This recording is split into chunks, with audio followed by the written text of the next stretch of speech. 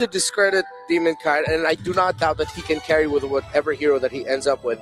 It seems like the best forms of Roar that we've seen, even in FPLPH, is when he plays a little bit more of a backseat role, a facilitator, A role player. a role player, so that it's Yue and Domenkite who can actually come in through to the carries. Yes, SRG already acknowledged that by taking away the Baksha, but if they can manipulate the bans in such a way that they'll have a utility hero available for them, or something that isn't a little that can just help facilitate. Even Lancelot in a way is a facilitator alongside being a carry. That's what I'm saying. Game 2, that last pick could have really been a Lancelot.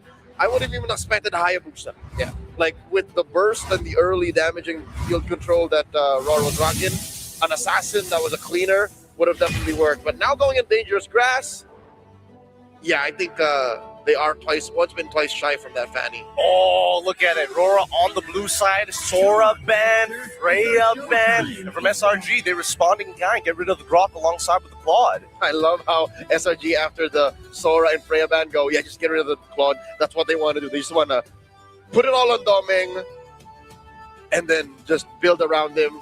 Rora did that last night. Good read by SRG. You think we're going to end up with like a Harith v Granger, the good old classic? Yeah, I was thinking that too, because like, what if Roar decides to ban out the CC and say, keep it honest, innocent, we're not playing fighters in the gold lanes anymore, let's just go back to Granger Harry. Old school rules. Yeah, there we go.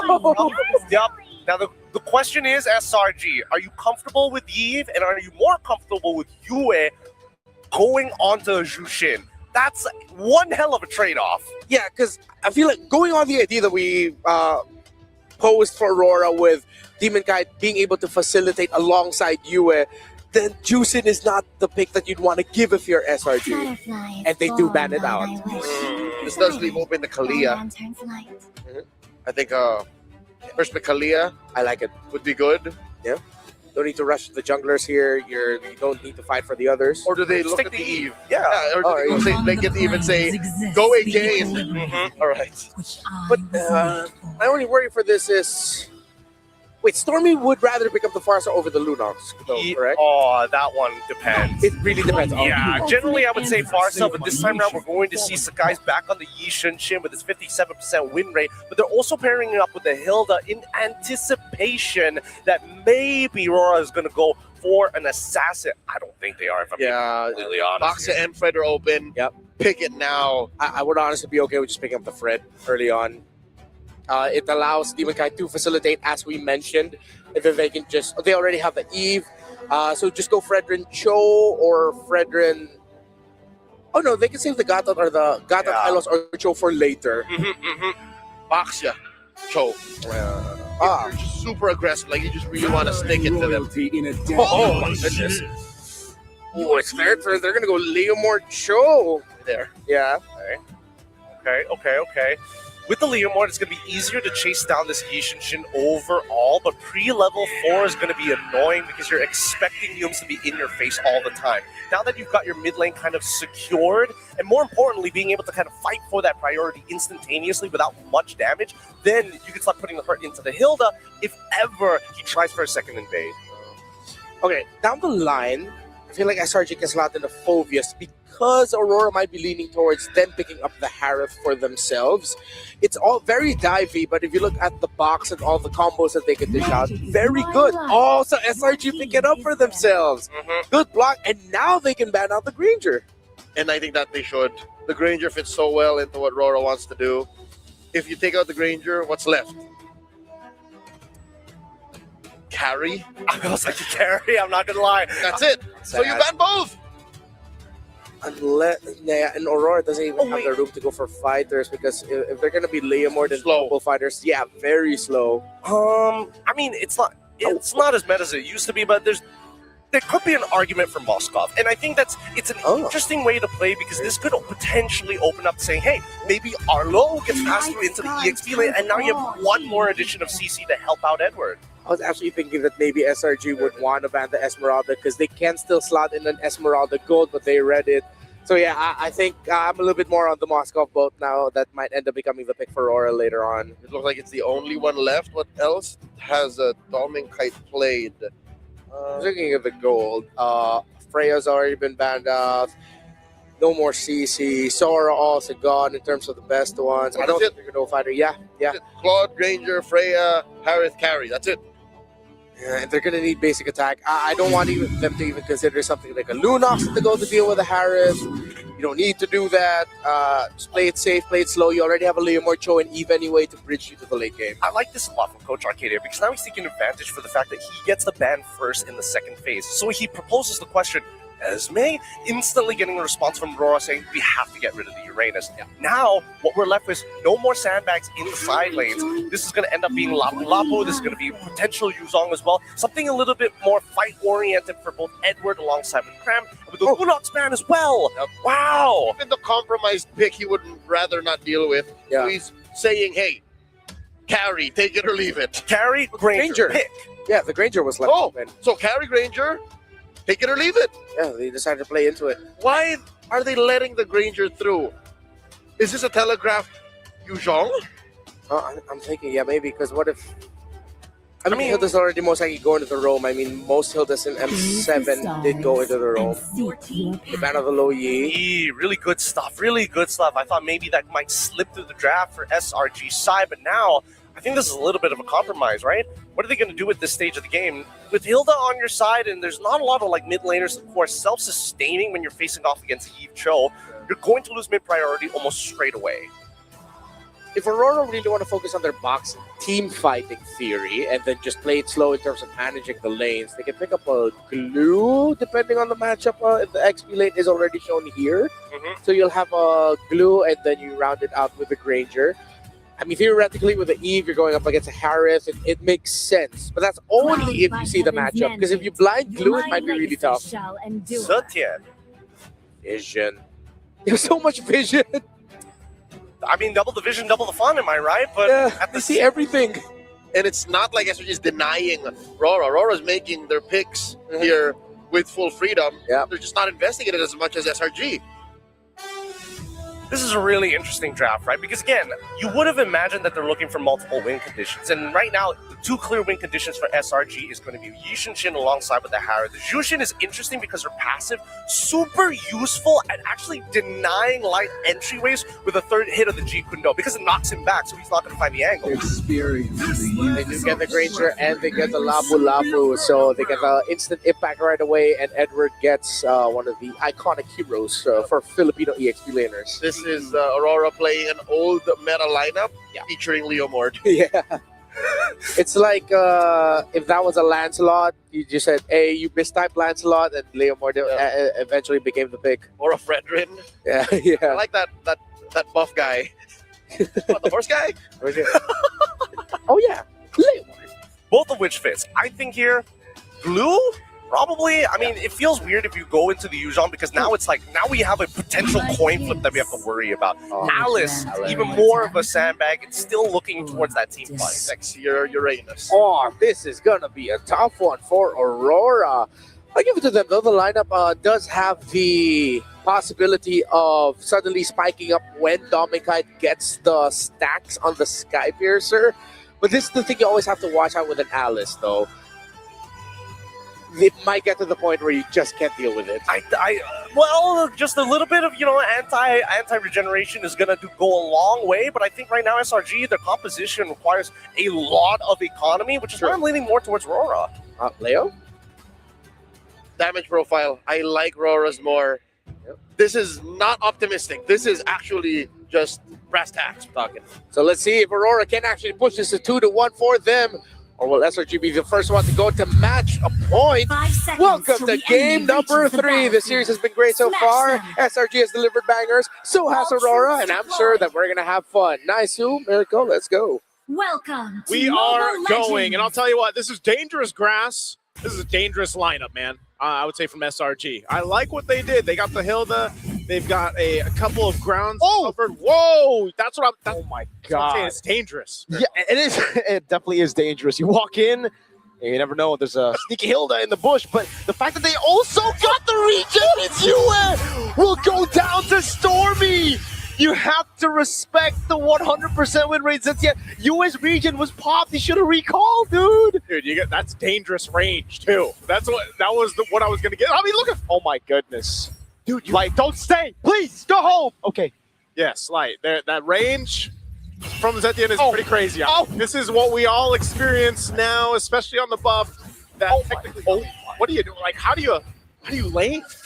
How do you lane against that? Maybe don't walk into the bush against a Hilda first level 1, and then recall after your regen gets popped, right? Like, there are 2 steps before that, or before we get to this position. But now that we're here, yeah, I don't know how they're going to lane against the Zetian, dude. We were talking about instant prio, but if you get poked that much, there is no instant prio here for the Cho and the Eve. Yeah. Oh my goodness, dude. I mean, on top of it, like Gideon mentioned, you know, during the draft, one of the great things about the Zetian is you have that passive built in to kind of, oh man, it just looks like they're playing range everywhere. Oh, okay. He For a does. second, I thought he had flicker because, I- like, damn, he's going in aggressive.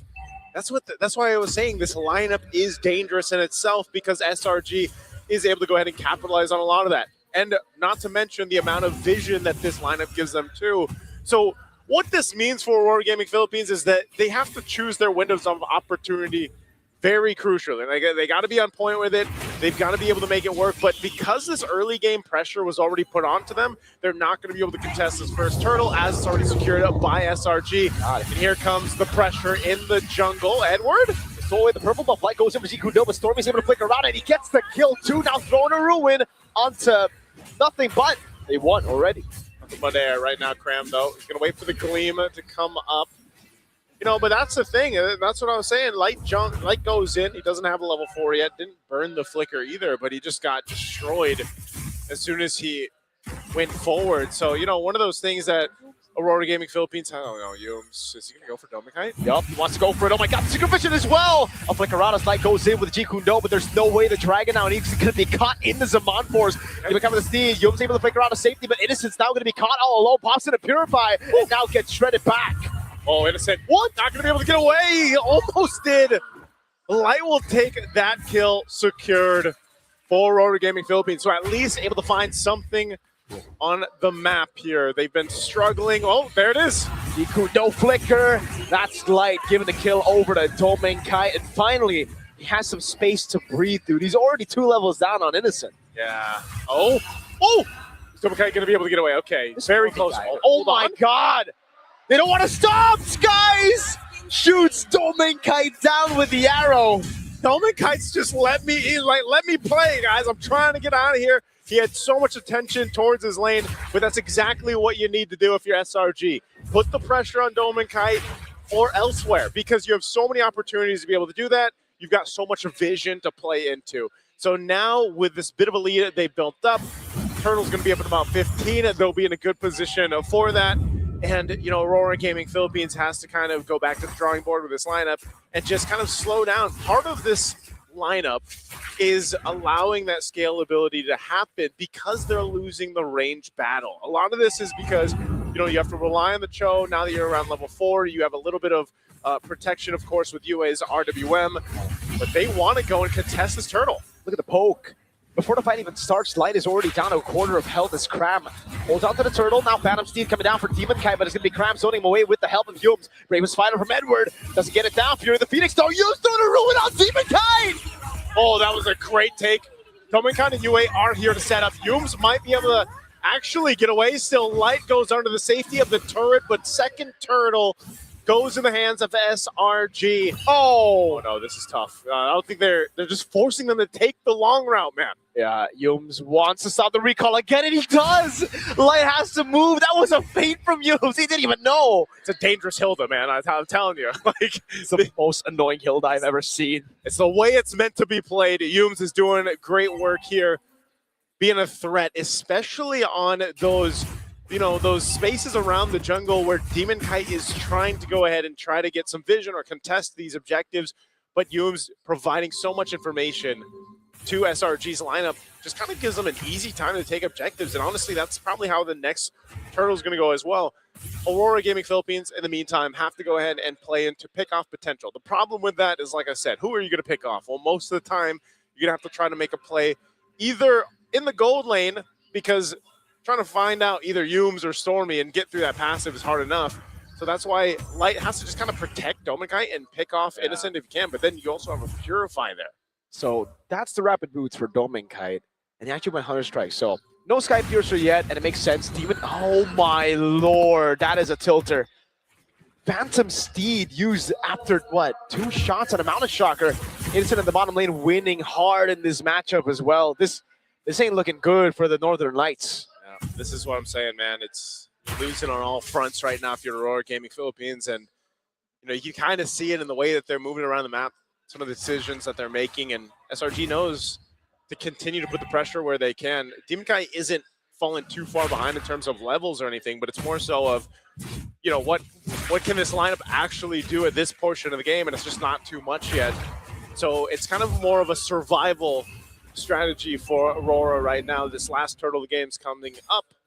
So like our Red Giants will go ahead and swing on forward. It looks like Aurora still wants to go ahead and show face here, but Domenkite less than half health. Yep. Be really hard to pull off. Yums is 1v1ing there. Light, oh, he goes for the way of the dragon early with Zikuno as well, but he couldn't find it now with the throw in the ruin at the Fury of the Peaks. Demonkite zone. Yums again giving it the kill. At least they're able to pick up a kill back on Skies, but Demonkite zone completely away. Zoned away, and Edward falls in exchange.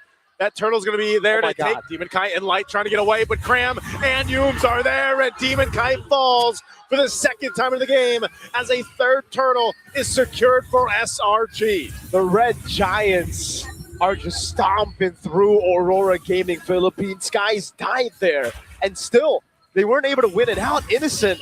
Perfect turtle. Light goes in, wants to go for the Jikuno, but he has to remember Stormy has the passive, and Yums is right there. Domenkite to walk in, man. Hilda going for the damage against Stormy, able to survive. And now it's Light going in. He has enough damage. Stormy will fall. Light going to be taken low, and he actually does get away. But man, for the price of Domenkite, and now he dies as well. Oh, Light's trying to run, but Yums is locked on target, and Light will survive. But yes, they lost Domenkite for Stormy. And Domenkite is who Aurora Gaming Philippines has to kind of rely on to have a chance in the late game here. Right now, you're looking at, man, look at the difference of the gold lane. Naisu, it's becoming a problem now. Why?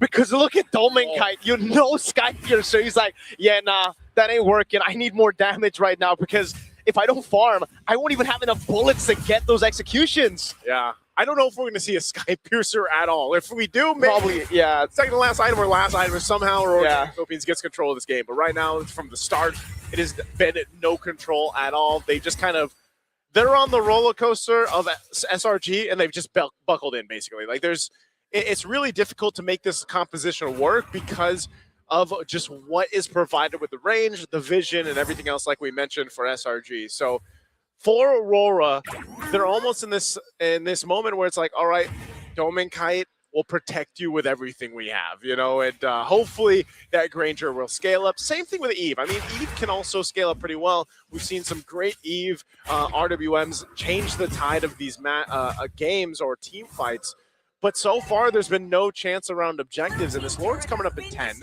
They have no turrets on the map. They're absolutely... Hellcurt, what? Whoa! I didn't know we had a Hellcurt. Dark Knight Falls. Oh, hold on. This could be. This could be. The Undertaker? I don't know. What else? What else can we hint at when it comes to this, you know? All right. Hey! Don't you worry, folks. This is what we call... What do we call this? Sometimes you just gotta go blank. Sometimes you gotta Just blank. the way the screen went. Oh, Innocent. Innocent. Wonder what he's doing. Look at those fingers, man. He's going in. He looks like he's tapping on the Harith. That's definitely a sound for somewhere. You know, how's life? How's the life going, you know? Oh, wait. Lord slain by someone. Who got the Lord? I don't know if they're... Well, you know what? We can just take a breather here, man. We can take a breather. I don't think the players are. Okay, they're smiling, so it should be Selangor Red Giants. Yeah. Selangor Red Giants must have the Lord. Okay, so... Okay. And it seems like Selangor Red Giants is going to go through it. I don't know, 5,000 gold lead before that happened. We went to the Hellcurt Ultimate, Dark Knight Falls. Someone turned on a torch on the phones, you know? Because like, usually that's how you...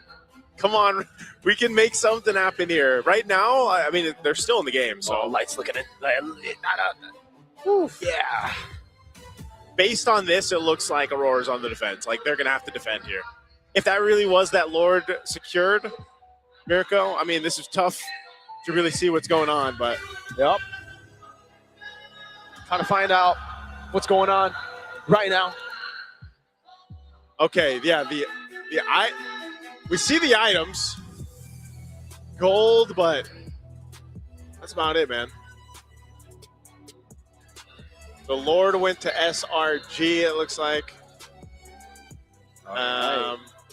Does look like Dominkite is actually, going to ignore the Sky Piercer completely, by the way. He goes straight for the Sea Halberd after the Malefic Roar. So it's really all about putting in more damage here to deal with Selangor Red Giants' UA is dead right now. It looks like they traded somehow. Yums and Innocent are dead, from what we can at least see here. And again, we're kind of looking behind us, guys, and unfortunately, we're gonna have to dead wait, too. yeah, for this the technical difficulties to get set up here because Yums is up. Is Innocent. Everybody's back up. I'm not sure. They must have just cleared the Lord out, man. I'm assuming. I'm assuming they got the Lord cleared. They probably had a base defense. Aurora just used all their ultimates. They're going to go in, I think. They must be. Big fight ensues. I almost wish we had game sounds too, so we could. Unfortunately, we don't have game sounds either, guys, right now. So Please be patient with us, boys. We're working through this right now. We got a technical issue. all right, some items. Oh, we back. We have a transition here. We got the fans in the building. Well, are the players still playing? I mean, behind us, we lost the information that we had. Okay. They are still playing, man. Can we get a camera behind the players? And we understand what Doming, like, expression-wise. How do you play Granger when you get? We're back, folks. We're going back to the game, ladies and gentlemen. Thanks for being patient. Here we go. We're back. 13 minutes in. Where are we here? Okay. 12 minutes in, about to be 13. Lord was already taken earlier. No baser is taken, but the top side baser is already really low. And SRG still have a 6,000 gold lead, so they built 1K over the course of the few minutes we were gone. All right. Lord is up. SRG still in control. Nothing changed. I mean, that was quite the long ultimate from Hellkurt. That's not even in the game, but hey, we're back. Rora seems to somehow defend their base turrets at least, but now they're going to have to do it again with Lord security here for SRG. So we'll see. I don't know if they bought enough time, man, because, you know, part of this was, where's the scaling for Dominkite? Is he going to be able to catch up? It looks like he did pick up the Sky Piercer, though. So after he went the Hunter Strike, Sea Halberd, and the fifth item, he goes the Sky Piercer. And if they hold on long enough, maybe that Sky Piercer, once it gets some stacks, might be able to change some of these fights. See, the thing I would love to see right now is Dominkite's actual stacks. Not the Sky Piercer stacks, but how many bullets he has, because the way Selangor Red Giants have been playing the entire game, it really feels like they've already taken out the biggest threat of a Granger in the late game, which is the scaling. He's died 3 times. He was denied so much gold. He's 2 levels down on enemy gold lane. Well, we'll see if this actually plays a part. They're going to be able to clear out that mid lane, but they still have to deal with the Lord up top. Yeah, they're going to crack this open now with the help of the Lord charge. And that's about it for now. Aurora Gaming Philippines did a good job clearing out mid and bot, and now for SRG, they're going to have to wait for the next waves to come through. Lord will be cleared for free. Dominkite getting those stacks. You can already see them trying to funnel as much of those stacks to Doming. Mid-wave push, Dominant Force drop down. They're going to initiate here. It looks like Edward taking the brunt of the damage, but they'll clear out the waves and maintain the mid-base turret. So Aurora Gaming Philippines, despite being down 7,000 gold, SRG still respecting what the potential could be there. We've seen it before where you fumble a 7,000 gold lead or 10,000 gold lead and things turn around. So right now they want to take the discipline route, keep it safe if they can, but it looks like Mount Sharker is going to be used. And still, it's just Aurora Gaming trying to scrap up what they can. An Antique Crevasse now picked up for Light.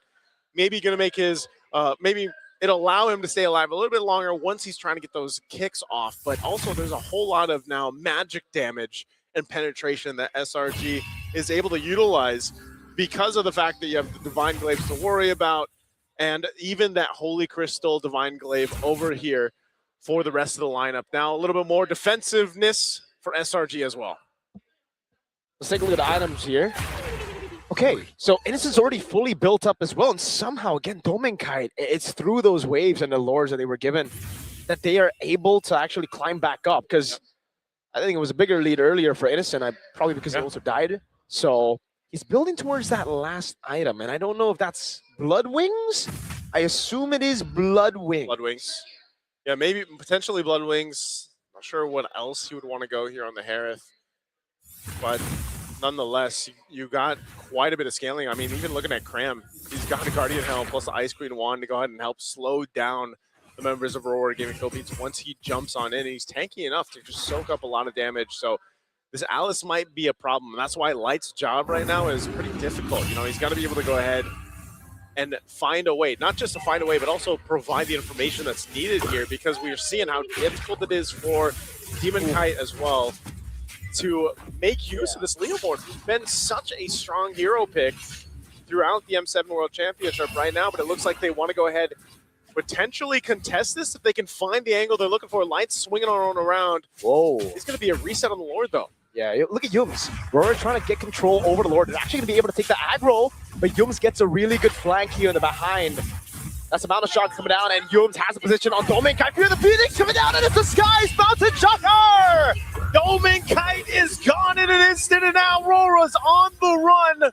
But with those 2 kills as Yue fell as well, SRG gives the call. They want to push down the bottom lane. That's the problem when you play a clean front to back. Yums doesn't care, and he cancels out the recall of Demon Kite. What a read by Yums! And there's no way Demon Kite can go for the 1v1 here. It's gonna be Innocent jumping into Zaman Force over on Edward. He's trying to buy some time. Light doing a good job at forcing the minions to the mid-turn, but he will fall. Oh, they clear out the minions so they stay a little bit longer. Demon Kite still being chased down, and he just wants to buy enough time. You have Edward still alive, but can he delay this further? Now it's Innocent again. Zaman Force coming down. Edward already used the Bravest Spider. He's going to go down. And Selangor Red Giants are a game away from etching their names, their region, into the history books. SRG came out swinging once again in this Game 3 against Aurora Gaming Philippines, and they made it look so good. Just a great performance.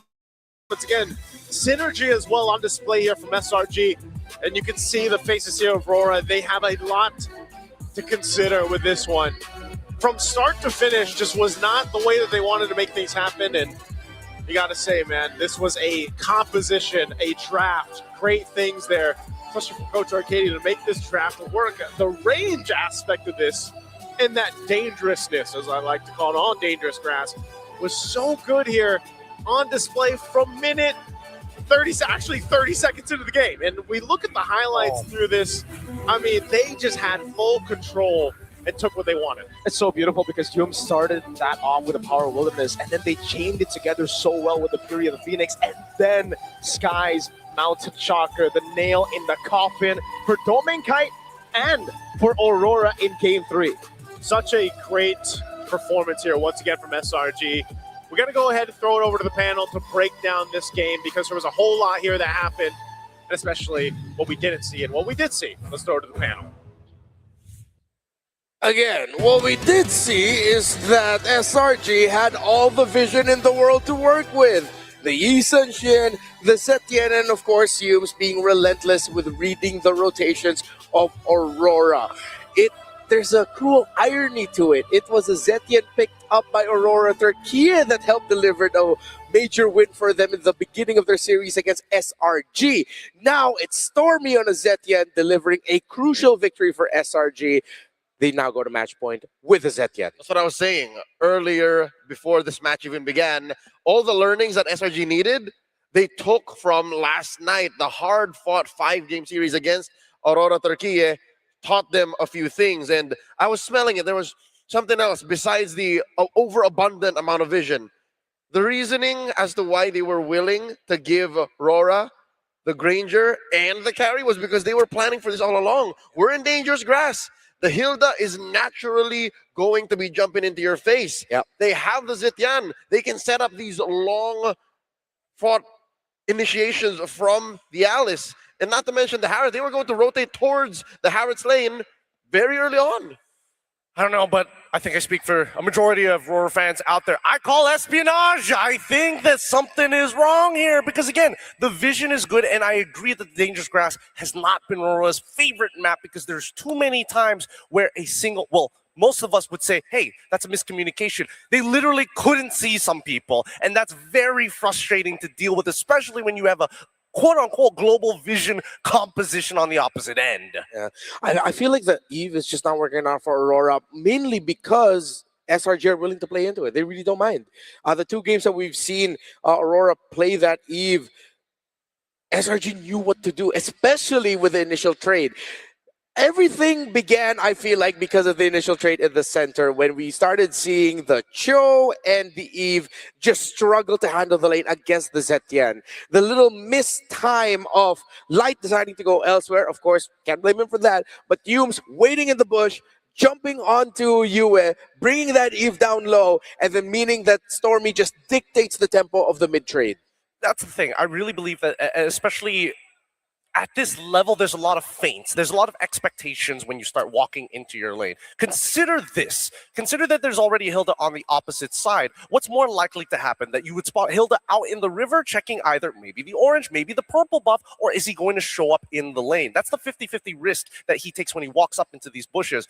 Although I will admit, Aurora didn't do their due diligence. They should have void blasted into one of those bushes to kind of give you a rough idea of what was going to happen. But besides that, it then devolved into something else. Edward left on an island by himself. A majority of the fights happening towards the gold side of the map. And even then, Domeng got zero action of that gold. I think the whole situation that SRG put Aurora into exacerbated the fact that there's no vision. Multiple times in this game, these players, these very talented athletes from MPL Philippines, in their own environments, relish in the fact that it's very macrocentric. Here, they have to always think of, oh wait, SRG might be in these random corners, they want to fight, and then that kind of just melds into the background, and they forget that, oh, I have to watch out. Remember that little bush down bottom near the turtle where Dominic just randomly walked in, like, oh no, there's dudes in here.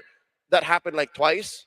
And that's twice too many times. Of course, gotta acknowledge, and of course, we apologize for the technical issue encountered during the third game of Selangor Red Giants versus Aurora Gaming Philippines that went on for about 3 minutes.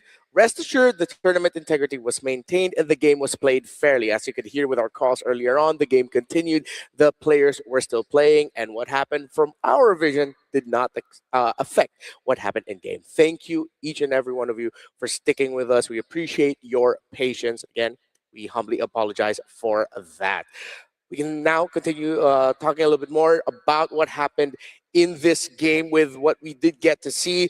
The first floor did go to Selangor Red Giants, but even with the 3 minutes missing, we already got a very clear picture of what happened. Before that moment, the first 8 minutes, it was a clear story of the mid lane trade was not handled well enough by Aurora, and that eventually bled into the rest of the map falling apart. They did get a pick off onto Innocent early on, but also Innocent did a damn good job of beating the Domikite in lane, straight up with that Harith. Oh yeah, no, it was not even fair at a certain point. I think he won straight up at level 2 when we first saw the initial, forthcoming of the Hilda coming in from Yumes, who I hope is going to be the MVP of this game, because my goodness, does he grind these professional players' gears to bones and dust. Unfortunately, a lot of recalls were called. Well, honestly, I do feel that Aurora should have recalled a lot earlier in a lot of these moments, but that's why there's a lot of feinting involved. There's a lot of, do I really know that something's going to happen? Not really, but we'll probe the response first. Which is hard to watch if you're used to seeing them play in MPL Philippines and you know that these players should know better. Because in game 2, all right, SRG's first win, it's clear that Fanny, they serve it up to the Fanny, all right? The mistake was clear. You can point it out. Here in game 2, rather their second win in game 3, you can still kind of do that. You can say, oh, you were lacking this. The Zetian answered that. You made a mistake here and there. But where does it end? And where does Aurora find their way back in? Because SRG are now counting their chips saying, all right, I think this is enough. We can go all in on game 4 and end it now. Well, I'm glad that you brought that up because I think the end-all, be-all is the outmaneuverability that we've seen throughout these past couple of games. Why are they winning? Every single time it just comes out, they have one of the strongest mid laners in existence in the meta so far on this eve, but they always somehow get behind him. Yeah. Once again, game number 2, we saw that Barbiel, with the help of Sakai's, get right onto the RWM at the crucial moment. Same here, except even better now that you have Zetian as well as the Yi Shinshin giving you vision to guarantee, hey, they have no idea we're here at all. Let's punish it. Yeah, going back to the idea that we presented in the very first opening panel that we had yesterday, this metagame demands perfection. You slip up on one thing, it crumbles the rest of your game plan. Everything else becomes so much harder, which is why yesterday, and for the longest time, we've been putting so much importance in the mid-trio trading. How Roam and mid handle their lanes, play around their shrubs. It's important. You slip up and then you lose, especially up against a Zetian. Zetian is that pick that we've discussed before that, yeah, if she's not getting wins, she's pretty much just there. Great ultimate, cool, vision, very nice. But when she's winning, you felt the pain. And here's the thing, SRG won against a Zetian. Well, they played away from the Zetian and didn't even have to ban it. So I'm hoping that Aurora go into game number 4 here without that sense of panic, which is, again, some would argue, what really took down Indonesia's champions earlier in tonight's broadcast. So I'm hoping that Aurora look into this and say, yeah, it's not the Zetian, but something else entirely. The Zetian was just, part of the symptoms, not the true disease that needs to be cured.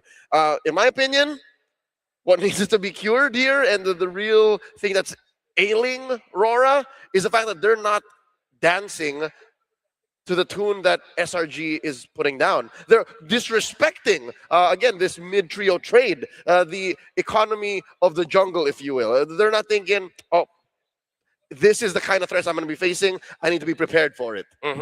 Yeah, no, I think a lot of it just comes down to just finding first positions, right? Because so far, based on what we've seen in these games, SRG are the ones moving out of their lanes first, being able to position right on top of the Lord in ideal spots without having to maintain too much aggro from this neutral objective. Rora, on the other hand, actually don't mind their opponent sitting on top of it, but then who are the big hitters, right?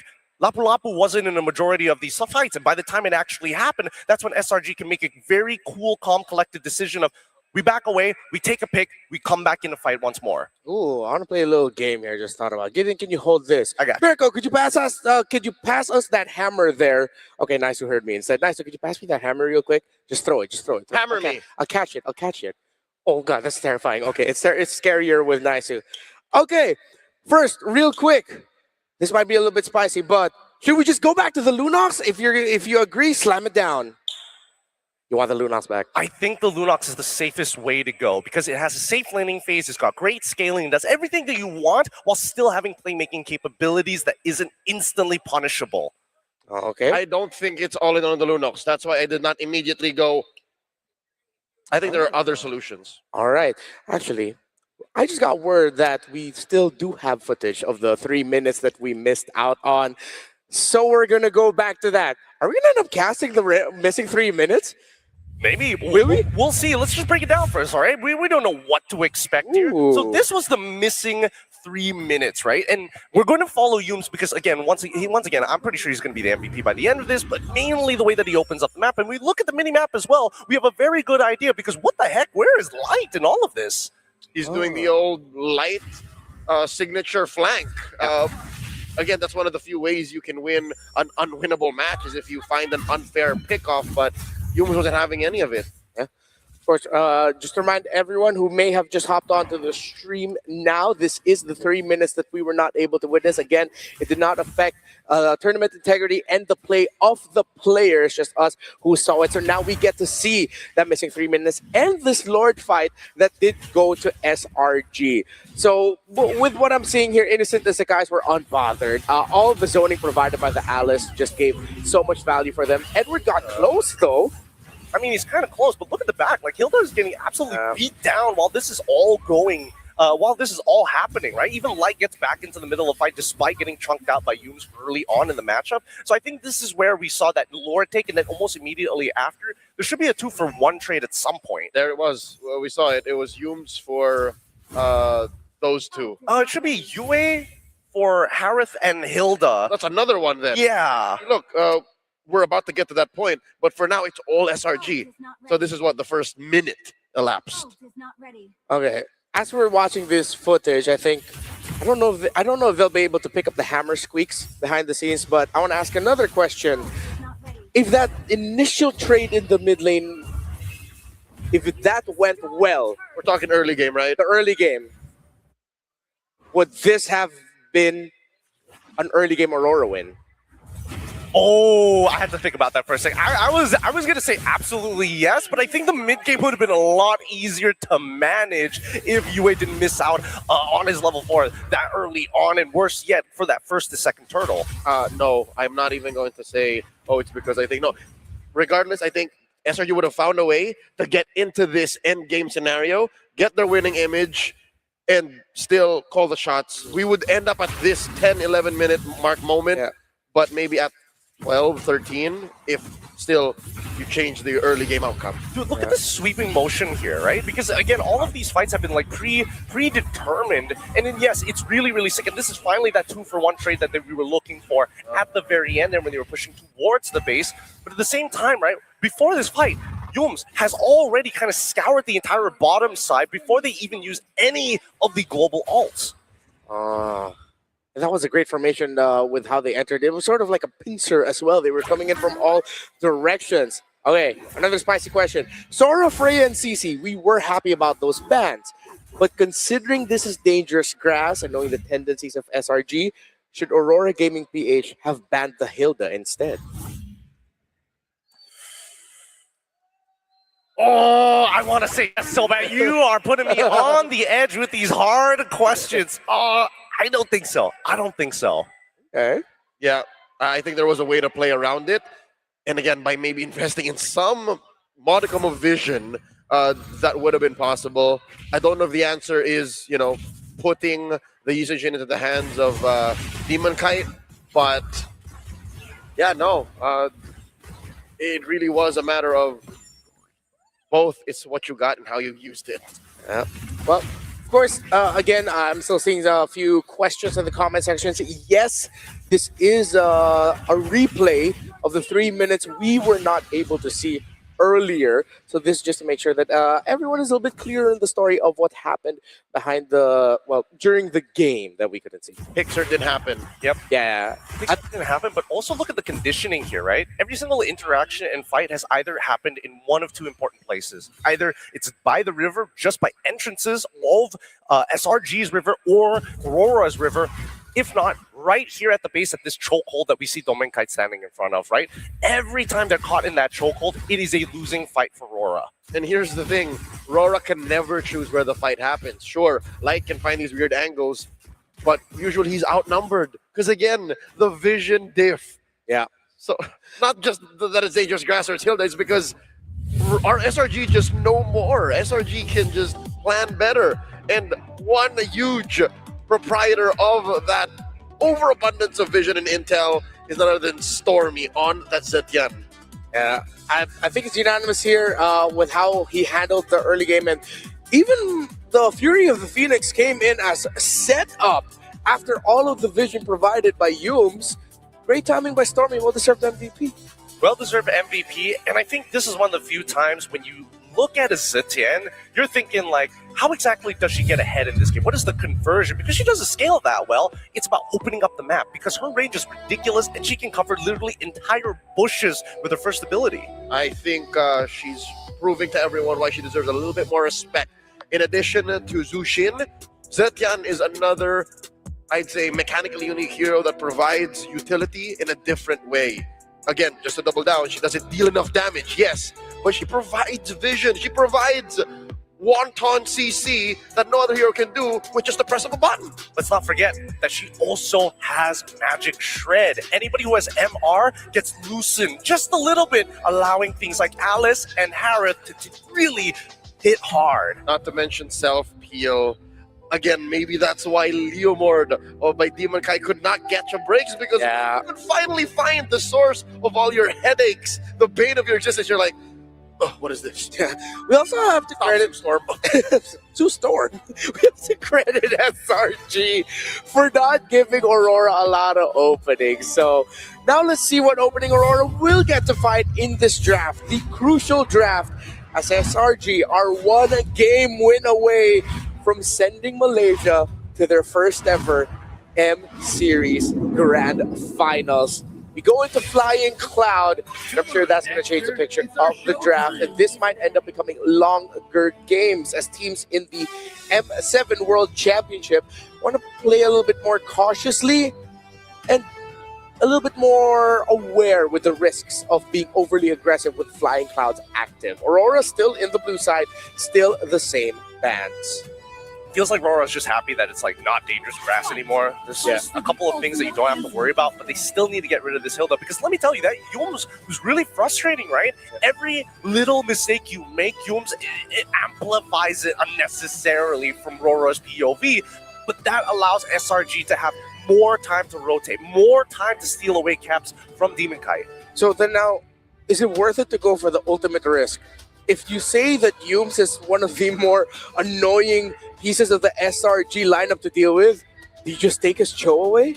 I mean, I don't know. Give him his Cho. We'll play Kalia again, right? We want to replicate game 1. I think it would be valid to give away the Cho if you're playing utility. Because that gives him what? Less targets, less valid targets at that. So for Aurora, I wouldn't say taking the Cho away by picking it now, because you still have that Eve. Yeah. But are they going to die on that hill? That's the question. Is it worth it to go again? Fool me once, shame on you, fool me twice. Wait, we're past that. Never mind. Yeah. It's happened already. Aurora might even be willing to give the Eve Kalia, because Aurora played an Eve Kalia and they struggled with it. Oh, they go for the Yu Zhong. it's time. Edward wants to put his stamp on that world stage. It's been a while since we've seen a first pick Yu Zhong. Yeah. I'm struggling to find the thread. This is 5D chess. Yeah, I'm trying to go back to when I think it was literally Swiss Stage Day 5. It was Team Liquid PH versus Young Gun Galactic. No. A little bit sooner. We saw it in the knockouts. Cho, Yeah, Aurora Gaming PH versus Team Liquid PH. Okay. So they go Cho. As expected, Yuums will end up with it. The last time Aurora Gaming PH first picked the Yu Zhong, they went Cho Kimmy to pair up with it. Would I be okay with that? Because at the end of the day, right, when you see Ishinshin on the opposite side, especially from SRG, how do we deal with it? A lot of it just boils down to taking away his farm, really accentuating the fact that you need a lot of economy to make this work. And now that Aurora are now looking to play a utility jungler on top of this Zhong, they need to have mega support. And now their side laners are prioritized here. Okay, good to see Aurora adjust to that. They put a Fredrin into the hands of Demon Kite. And the Granger, I think they're just going for that easily accessible early damage output. And then just seeing the coast is clear. Like, there's no Claude, no Freya, no Sora. There's just CC still, though. That's what I'm concerned about, that Aurora decided to just lean in already, picking up the Granger this early on. There's so many ways now that SRG can treat this. It's their decision. This is a tough one, because they could go like Uranus and sandbag the lane, but Eve is still wide out in the open. Their gold lane is going to get punished in the second half of the draft, I would imagine. But then CC is still open, so they just gotta lean into the gold. Yeah. I mean, we saw earlier that Innocent handled the good laning against Granger very well with this Harith. Oh, I think SRGs are going to cook up so many responses to this Granger. That's what I'm worried about. I know, but at the same time, it's like, why would you open with the Cho Yishinshin, knowing, especially seeing the Yu Zhong, especially knowing that you could easily kind of pivot your composition to play it in a more earnest style, right? Go back into the Leomord once again. Maybe arguably there's even a Boxia opening for you as well. Knowing Sakai's, yes, he doesn't want to go Boxia, sure, but the Leomord? Yeah. It's interesting because I feel like SRG did not need to have to worry about this gold lane trade. They have to worry more about the mid lane trade. That I feel like they could have had more cards of value with if they picked up their mid laner at red 3, then just change the bans around so that it's a bit more for them towards the matchup. I think they just rather win whatever comes through. They're giving Rora the onus, the responsibility. Hey, what are you letting through in mid, or else we pick the best one that's left at red 4. But yeah, this doesn't answer the question of why the sudden priorities in the first 3. Yeah. Well, Phantom War is up. When you type in your answer to the question of who will win the series, Rora versus SRG, see this along with Red Giants fans leading the charge right now. Yeah. Type down your predictions for the upcoming picks that could be shown by these two. It's tight though, literally. Like a Toiger. Like that's a Malaysian national animal. Is it? Yes, it Like is. a Malaysian Toiger. They call it the Harimau Malaya. Oh, okay. I did my research. All right, one more ban here. SRG, they have to make their bed. Do we ban one mid? Or do we just let it all out in the wild? When I give the word. Both light picks. Yeah. They understand. So instead of tackling the mid laner, they tackle the roam pick. Which now with the hilt, the gun, they're going to end up playing something slower like well, the Gauntlet Gotcha is going to be open for them. Kalea is also still open. Hylos, Hylos. in case you really just want to find that Parrot, find that Yusin Shin, find whatever they put in mid. I still would want Aurora to just double down on the Kalea Lunox again. It worked out for them earlier, and it worked out earlier in the day as well. Yeah, I think it does work, but I think Coach Arc has kind of recognized the pattern here, right? Again, this is the first time that we're seeing so many light bans in the second phase. Usually they would aim it elsewhere, knowing that UA is going to be the usual secondary win condition for Rora in the first place, right? So I think that SRG, especially for Coach Arc, you see these first 3 picks in, well, Rora, they're looking to play comfort. Let's take away the comfort picks. We're already in our head. Mid-range. I don't think Aurora will, at this late in the tournament, at this stage, will bring back an old combo in the Mathilda Fred. They got the speed, but it might just be too risky. They might just have to settle for something like a Gatot or Kalea. There's the Farsa, but I think now this is where you go for Eve, right? You gotta have that range diff fixed up. And by doing that, you put the Farsa in extra trouble. You have a Black Dragon in the skies. So if that's an Eve, what do you put in light? Kalea Gatot. But does it have to be Kalea? Kalea, Hylos, Gatot. In terms of the picks that we've seen, so Kimmy, as expected, the Mathilda will not work here. So yeah, Wow, Eve gets snubbed. My mission is they to go for the high loss. I lost. Interesting that they want to go. All right. So yes, like you mentioned before in Game 3, we were looking for bridges, right? And Kimmy did inevitably get banned in that game as well. So this time round, UA really has to do a lot of good work here. Because again, you're facing up Farce Cho in the lane itself, which is hard enough. Luckily, this time, Light can't get punished that hard on the high loss. So the last pick here, it's going to be going to the EXP lane. What's Cram going to end up with? Usually we've seen some teams just back up the Uranus and just go, yeah, let's just have a body to hold. But then the Kimmy, the Granger, the Yuzon, because Uranus is one of those guys that really don't care. He's like, okay, I'm just going to be here, sandbag, it's fine. Just needs to shred, right? Yeah. Oh. It works as well. I like this a lot because now Fredrin is going to struggle to fight for these neutrals. Oh. A clear go signal if the Fredrin is standing your way, the Kimmy and the Granger's positioning is compromised. Oh, we're going to see Patrick Star wreak havoc. As a Filipino, I'm going to say it's going to hurt if SRG wins this and we lose to Patrick. And to see the Malaysians go first to the grand finals. But it is a perfect pick to round it out. Real quick, Gideon, SRG or Aurora? I think that SRG need to win their lanes. If they win the lanes, they will win the game. This is a perfect last pick just to ruin what Aurora set up in 5 picks. I think SRG's got this. Aurora's trembling. Will it be a caster's bless or a caster's curse? Will it be SRG sending Malaysia to their first M Series Grand Finals? Or will Aurora force a game number 5? We are getting closer to history with Mirko and Naisu to help tell the story. Welcome. I would be trembling as well, going against the Patrick Star in a potentially last match here. Oh my God, Oh, it's him. It's him. What better way to get to the grand final for the first time for Malaysia with that skin, best skin of the game now, Mirko. Oh my god, Skies, no way. This is 30. 30, you pick up the glue and you go level 1 invade. Oh, he's Hume's doing gonna it. go for it as well. He's gonna bait out the retribution. Demon Cat with the retri already. They don't know it's happening. Grand Theft Orange level 1. Skies gets stunned up by Light. So at least there's a bit of, oh my god. He's able to get away. Okay. But now what happens? Where does Demon Kite go? Because he's cooked either way. He just goes lethal. He knows he's cooked. There's no orange buff. He knows it, so he's going to go ahead and just keep things under control, right? He's just going to go ahead and just admit, all right, I lost my orange buff. I'll let it be. Sakai's, though, great start. You know, going into Demon Kite's jungle, you can expect that. Again, this is kind of what you want to do anyway. You're the YSS, you're moving a little bit faster than the Fredrin, and you're just going to have to deal with it.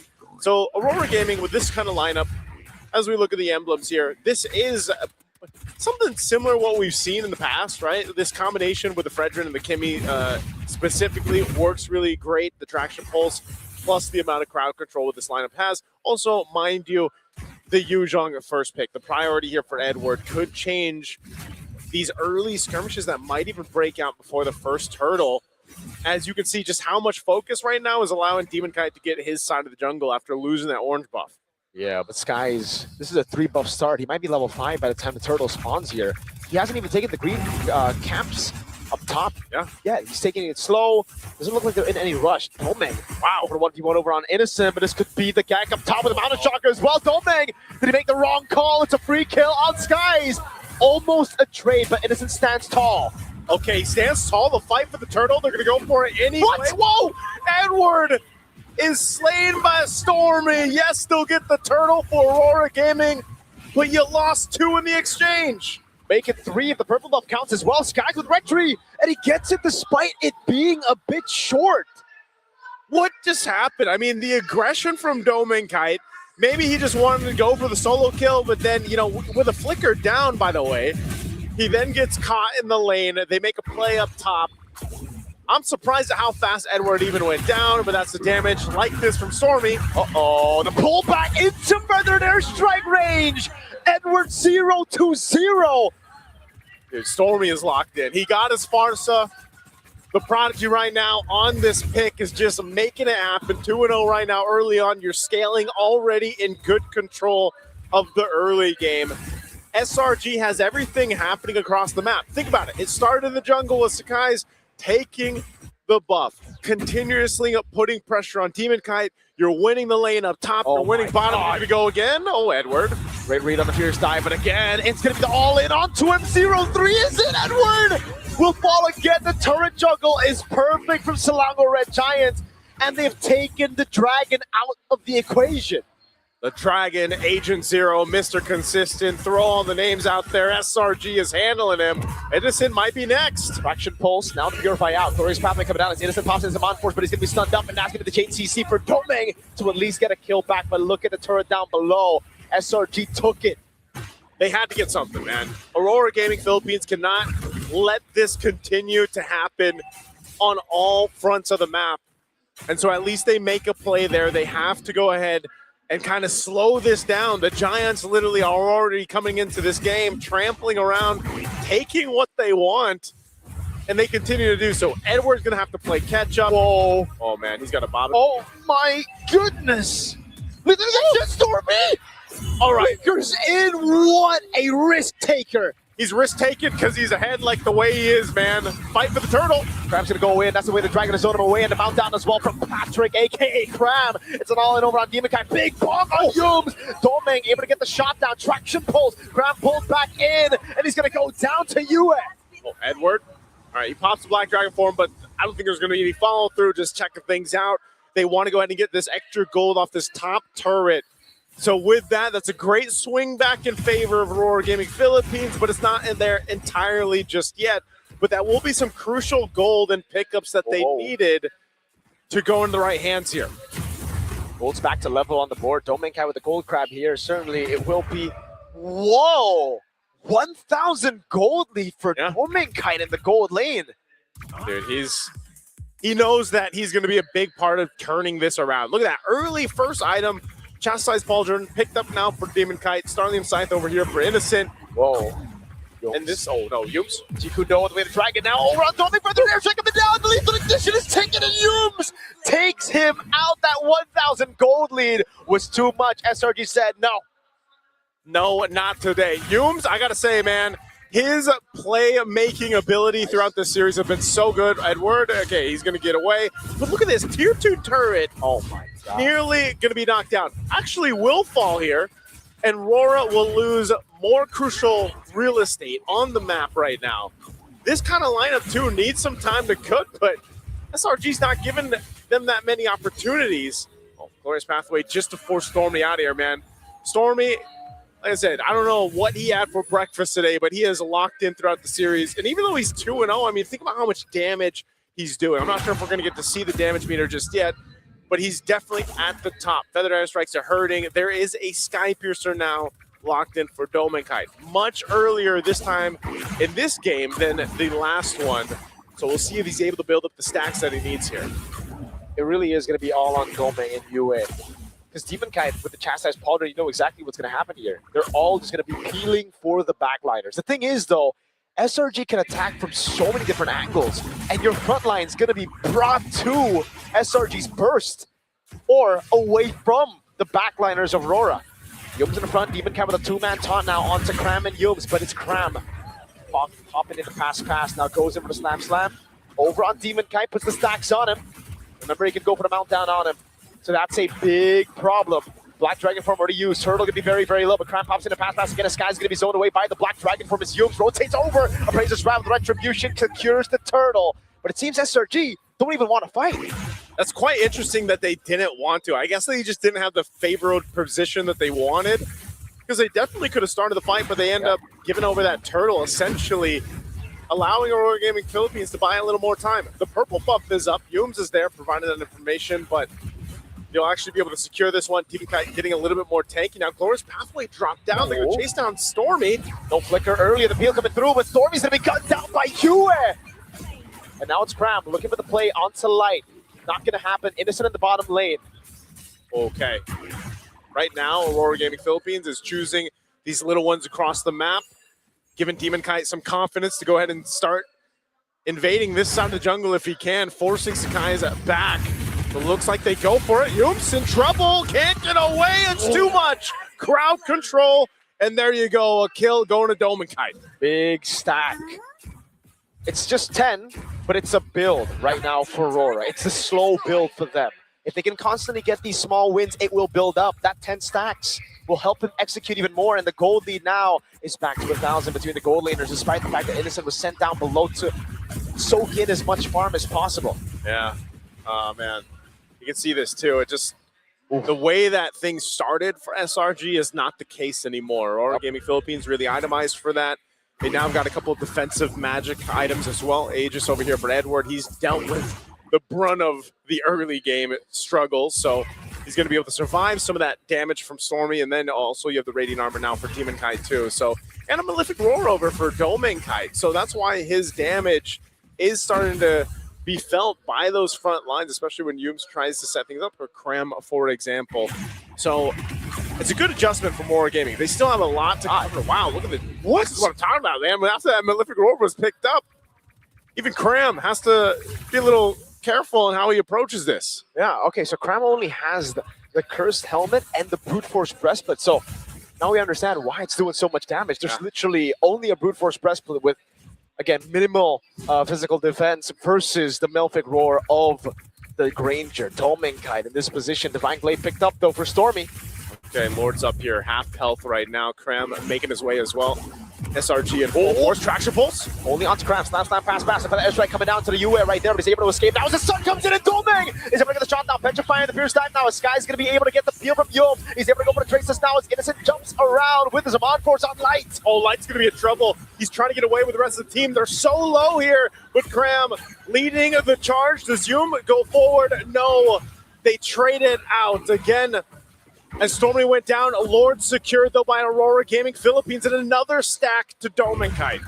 I've never seen a Dragon go 0-3 and be this useful, bro. Edward is having an amazing performance despite the early deaths. Yes, it looks bad in KD, but over the course of the last 3 team fights, he's been more useful than Cram on the glue, which is surprising. That is the nature of XP laners. Glorious Pathway dropped down. Okay, Demon Kite won't catch him with the Energy Eruption, but as I was saying, man, the XP laners, that's their job. I feel like they are the ones getting pushed around, beat up a lot in these matches, but still the use of them is really what it comes down to. So even if you have a rough start, you can still be quite useful for a team. This Lord's going to go ahead and charge in up top.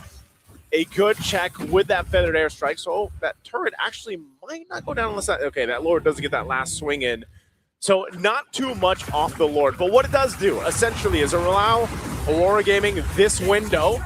They might even just go for a tier 1 turret as they do. They know they don't want to take these fights just yet. It's more so about opening the map, getting that real estate to move around the map. 3 turrets left and right. Aurora Gaming Philippines really punishing Selangor Red Giants for, I would say, hesitating a couple of times during the turtle fights. Again, not wanting to go in, not wanting to take a risk, wanting to build on their lead further instead. And it has only given Aurora more time to scale up. With a Granger and a Kimmy, that's a problem. And again, SRG, even if Cram goes for the mount down now, they don't actually have enough damage to burst through the Fredrin. This is why the power spikes are always so important. Oh, whoa. Skies? What? Walks up alone and he gets caught for it. Everything used. Fury Side Petrify a taunt as well. What was... Did he just get the wrong info? Why was Skies there? I don't know if he just didn't have the info. Yeah, he went in, getting caught blind here. He's going to lose his purple buff. Oh my god. Still able to get out with his Amon Force, but that's a big ultimate burn down as Cram goes in over on Demon Cap, but there's again not enough damage to take the Fredrin down, and Edward is now picking up turrets on the right. Tier 2 falling for free. Being useful as can be. He also has a Chastise Pauldron now too. So he's got his grounds covered a little bit. Little Feathered Airstrike drop down. They want this tier 2 turret. Get canceled by Light on the Feather Airstrike in the bottom lane. It's a 1v1 between the XP laners, but again, in the mid lane, it is a free turret to Aurora. They just keep on getting these freebies. Mirko, it's surgical is what Aurora Gaming Philippines is doing. They knew they had to play from behind, especially in the early game. They've made the adjustments up to this point. They put themselves in a very good position to go ahead and take this Lord and start marching towards a potential Game 5. It's still early. SRG can still turn a fight around. They have everything they need. You can see the positioning here. It's all about that target acquisition. Light's going to go ahead and spot them out, so that's not going to happen for SRG. The fight for the space around the Lord is going to break out here. Half health right now for this Lord. Stormy is still in the mid lane, though. He's trying to deal with the wave in the bottom lane, but I feel like that wave is going to push back anyways. It's going to do here. Right? So yeah, he ends up just having to rotate, but it's going to be late. He goes with the way the Dragon, locking him down. Skies goes in, but Petrify locks him out and one! Steals the Lord! And he goes on Skies now. He's able to get the Rose Gold in time, but Edward wants the 1v1 and Skies? Traceless isn't forward. Yu is going to go for the chase and Skies. He's trapped all alone against 3. It'll be Edward who walks up and he gets the kill onto Skies. Skies goes down, Yooms as well, and Edward secures the Lord. And now Aurora Gaming Philippines, with a massive swing in favor, will head to the base of SRG. They still have a great defense, but can they keep it together? Let's see, the Feather Airstrike coming down on UA. He's able to flick around on the Glorious Pathway as Light gets mounted down and brought back into the Crystal, but Innocent's holding it. And they go, Light's in trouble, popping the Revitalize, they still have to fight. Yooms is back up. Innocent doing so much damage, Light's gonna be taken down. Cram again now, solo, Tome, looking for a shot, can't find the last one, Yooms. G Kundo forward. Selangor Red Giants defend their base, but it costed them 2 big structures. It was messy and bloody, but still SRG will stay in this game. They lost a lot of the base turrets, holding on to just one. But Aurora Gaming Philippines just showing, you know, if they want to go for a fight, they're able to go ahead and take it. If they want to find the round, the objectives now, they can take that as well. More physical defense here for Demon Kite. He's been nearly unkillable. Yeah, he lost some of his jungle in the early game, but there's been no answer to deal with Demon Kite. Edward as well, he's got defensive items enough now to just kind of throw himself forward, and that is all allowing Demon Kite to space. Oh, there's the energy eruption. Oh no, Cram's gonna be left all alone. He pops in a pass and flickers out. That means it's 2 battle spells, Naisu. Yeah. Down. 2 battle spells out of the equation right now. Now they still have plenty of time before that Lord comes up, so those battle spells should be available, but the cooldowns on the ultimates are going to come up faster. You can count on Aurora Gaming Philippines to try to potentially get a pick off. You can see the difference here between the lanes. A Holy Crystal now online and available for UA. So he is going to hurt even more. But look at the difference in the gold lane. Innocent has definitely struggled on this Harith pick in being able to be utilized with the fights. Mostly dropping down the Zaman Force in these fights, trying to turn the tide, but it just seems like a big portion of the damage has been pretty much handled with defensive items. Yumes providing that vision on light. Just going to check things out. They want to go ahead and take this purple buff. And the control is gone for Selangor Red Giants. It's Aurora Gaming Philippines who are occupying the map. The map's blue. The 16-minute mark of game number 4. From the start, it really looked like, okay, it was going to be Selangor Red Giants game for sure, right? A level 1 orange buff take. Oh, another airstrike onto Domeng. Now Sky's going to go for the chase as well. An instant flicker from Domeng. He saw the invisible Cho, and he reacted. Now that's an even bigger spell to lose out before a Lord fight. Your main man. Oh, man, that's actually big to not have that flicker available. And you can't just wait a minute and a half for it to be back up. So now Domeng Kite, they're going to be pressured into this fight once again. Where's Yumes and Sakai is going to go here? Light is also on this part of the map. Stormy going to get caught here. He's going to, oh, is Light going to actually go for the sun? He's going to go for Sun. Where does Stormy go? He's able to flicker out, but again, that's what they were looking for. They were only just trying to look for the flicker. It was just a feint. It was a threat right there. They're like, Domeng Kite doesn't have his. Now Stormy doesn't have his flicker. Yes, sir. It's fine. Now it's level. Oh, right now, the Lord still up. Half health. Demon Kite holding it up alongside Krem. What are they going to do here? Stormy as well. Jordan the fight. Sakai's still off on the wings in the mid lane. They're going to have to force something here. Black Dragon form as well. Demon Kai still holding on to the Lord. This looks really, really good. And again, the zoning coming in from Edward as he jumps in with the Petrify as well. It's an all-in over the skies as Cram's able to survive, and he goes in for the meltdown. Edward gets kicked, but he goes to the back line. Edward will fall. That's Yumes on the G Kundo, and the Feather Air's trying to follow it through Yumes. Able to flicker around. Light pops in to revitalize. And Aurora got what they sought out for. They got the Lord. As I said, both XP laners are the punching bags for the teams here, as is. They both go down. They're both traded out, but Aurora Gaming Philippines gets the advantage. Lord makes its way down that mid lane as Yumes takes the flying cloud, and now SRG on the defense. Can they clear this out once more? Man, that traction pulse force Innocent to go for the Saman Force, and now it's going to be big again. Innocent going to be caught in the taunt, has to purify out of it. The mobilization used as well. Yumes in the back line, able to go for the amount of shock landing on Light. Yumes cancel out by the taunt of Tolu Demon Kite, and a big bomb with the Appraiser's Wrath to shut him down. A great attempt from Yumes to make something happen, but it still does allow SRG into the game, and they haven't lost the last base turret just yet. Can they clear this out still? The Aurora Gaming Philippines might still look to punch it in. The pace is down to half HP. Skies' Rose Gold Meteor gets procced by Domeng Kite on the Granger. And now that he has Flicker, I don't think Selangor Red Giants can get to him, dude. Woo! Domeng Kite has all the space in the world to work with too, man. I gotta say, Aurora Gaming Philippines has done a great job at providing that space and protecting and peeling for Domeng Kite. This is now and has been a game of resources, right? The battle spells, the ultimates on both sides, but SRG is still showing that even at this point, almost 20 minutes into this game 4, that there's still potential for them to turn around these team fights. It's more so not having all those battle spells down or those ultimates used too early on. This purple buff is going to be taken over. Sakai knows that he's not going to see this for a while, so it's more so just what can they get? What can they get around the map? How can they continue to build up? Nearly item locked over on both sides. Still working on some of those last items, but man, you gotta respect what SRG's lineup is still capable of doing here.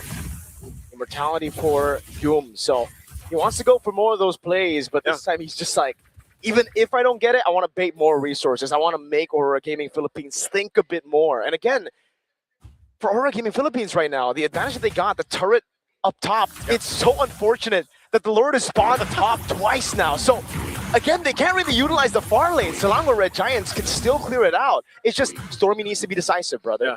Last time, he went bottom lane, even though it was going to push back to Aurora Gaming Philippines, and that's why Aurora punished instantly. And I mean, look at this. Like, almost expect Aurora to potentially try to catch Stormnear if it just means another flicker being used. Because obviously with this Lord being evolved, it's going to take a little bit longer for this dance to kind of break out here. But Aurora is going to get in position, and SRG will go ahead and clear out that bottom wave. They got to manage these waves and get ready to fight. A Divine Glaive picked up for Cram here. Nearly half health on the Lord. Once again, very similar positioning. 8-3-4 stacks. 8-3-4 stacks for Domenkite right now. Yeah, those bullets are not going to run out, man. Whoa. Oh my god, he gets away the dragon! Straight into the mountain chugger, Skies! What a timing by Skies! Domenkite is gone and the fight still breaks out. Stormy falls too. This is still able to survive right now. UA goes in and it's going to be Demonkite going up over on Yums, going for the stab, and Yums will fall to Demonkite! And they're still going. Cram separated from the team on the run, and Aurora's going to hunt him down. Prime, can he run? He takes a turret shot. Yu is getting him down, and it will be a slow, painful death, and he falls in the end. Sky's in the mid lane trying to save this game. He clears out the wave. What do Aurora do? They see a wave up top. They've got a wave up top to walk in, and Sakai's is left alone for a little bit longer. Aurora, can they end it here? Mountain Shocker coming down. Light unable to get the stun. UA in the mid lane already clearing it out, but there's a big wave up top that's going to be used. No glorious pathway. Skies able to trace this away. Pops in Mountain Shocker. Now again, it's going to be Sky. Chase CC down. He buys the immortality, but the base is wide open. And Aurora Gaming Philippines will take us to a game 5. We wouldn't have it any other way. For a spot in the grand finals of the M7 World Championship. We need 5 games. We get 5 games. Oh my God. The road to make it to the grand finals will not be an easy road. Both of them. This is a bloodbath. It's a slugfest, and it's exactly what we wanted for an upper bracket finals. Again, brother man, Edward on this Yu Zhong. 0-3-0 start. I ain't hear no bell. That's basically what he said, man. There was no towel, there was no bell. He kept on going. That's what you gotta do. All the XP laners out there. How do they win this with Domen completely dead? Look at him. Yeah. He got shot. That was perfect timing from Skies. Perfect attempt and pickoff. Oh my. You take out Domenkite, but this fight still doesn't go their way. I mean, just phenomenal team fighting from Aurora Philippines here to make this work. And it really tough for SRG because they started the game strong. They started off on the right foot, but then it all just kind of fell apart, man. I know it was a really decisive and disciplined way that Aurora approached this to turn things around. So just, again, very solid game 4 we got there. We're going to throw it over to the panel to break down our game 4. We are going to a game number 5! Aurora have pushed the envelope. That man leading the charge suffered 2-3 deaths, multiple losses early on, but miraculously getting the Lord, holding on as a team, playing for Domenkite, means that all of the efforts of SRG to piss off Edward was just wasted away. Not just piss off, but turn off Edward J and the Padap. Mr. Consistent, only the second player in all of M7, according to stats, to have broken the Uomi 2 deaths under 5 minutes rule. Usually whenever a Yu Zhong is beaten down this hard, suffering 2 or more deaths before the second turtle, usually it's game over. But here, again, the question stands, how did Aurora come back from that? Well, the devil's in the details. The devil is in the details. I mean, when we get to the item build, I think we got a lot to talk about there. But for the most part of things, it's really just maintaining control and composure. But there was a lot of weird motions. I don't know about you guys. Number one, we saw that Aurora playing a pretty standard game. But do you feel like SRG kind of just let a lot of things go? Yep. First Lord, let it go. Torrents, let it go. First, whatever. We'll give whatever is necessary. And Sakai's, by the time he got his 3rd item, that's when they finally started to participate. Felt really awkward. In addition to just letting things go, I think they let themselves go. Yes. How early was it that Stormy down bottom was just wanton throwing out these flickers and trying to kill Edward over and over again, despite the man already being down with nothing but the clothes on his back, and it led to nothing. If I'm innocent, I'm honestly going to be quite annoyed here. It's like all of the motions of SRG, yes, it was to turn off that Yu Zhang, which was in the bigger picture going to be very problematic to deal with when it comes to the team fights. But then it got to the point of like, yo, aren't you guys forgetting you have a gold laner you're supposed to help out? It was getting kind of like, why? Why keep continuously going for Edward? You've won the lane. Sure, they broke 2 towers, but then Innocent lost lane because of the overcommitment of SRG, because Aurora said, sorry, Edward, you're going to have to like eat that for a while. We're going to help out our gold laner. Edward, back in the corner, is like, all right, sure, let me try. And he did. And he got that first Lord somehow, too. And that was like the perfect ironic punch to the gut to everything that happened in that game. Oh, yeah, for sure. Because, again, it's when you are that Yu Zhang, especially for EXP laners, you're targeting junglers when you're fighting for those neutral objectives. And I think that on this Yu Zhang, and funny enough, a lot of chain of bad reactions happened for Sakai's just because of that. Oh, Black Dragon form nudged me into the knockup, which followed up by the Furious Life on top of the Petrify, so things could have not gone worse for him. And none of these things go, even if you beat down on the Yu Zhang ad nauseum. Even if the Yu Zhang was at 0, 8, and 2, it could still do that to a Yi Sun Shin 20 minutes into the game. So I think that's one of the things that Edward held on to. And just like one of our favorite comic book characters, Batman, he said, I can do this all day. And I think that's why he deserves to be MVP. I don't know if he's going to get it. We're about to find out. Indeed he does! 1, 4, and 7. Everything that he suffered, but him miraculously getting that Lord and then eventually leading the charge for Aurora. This tactic of SRG would have worked if they were up against an assassin in the jungle. But now they're up against a Fredrin. And even if you take out that Yu Zhang, you have that Fredrin you ignored.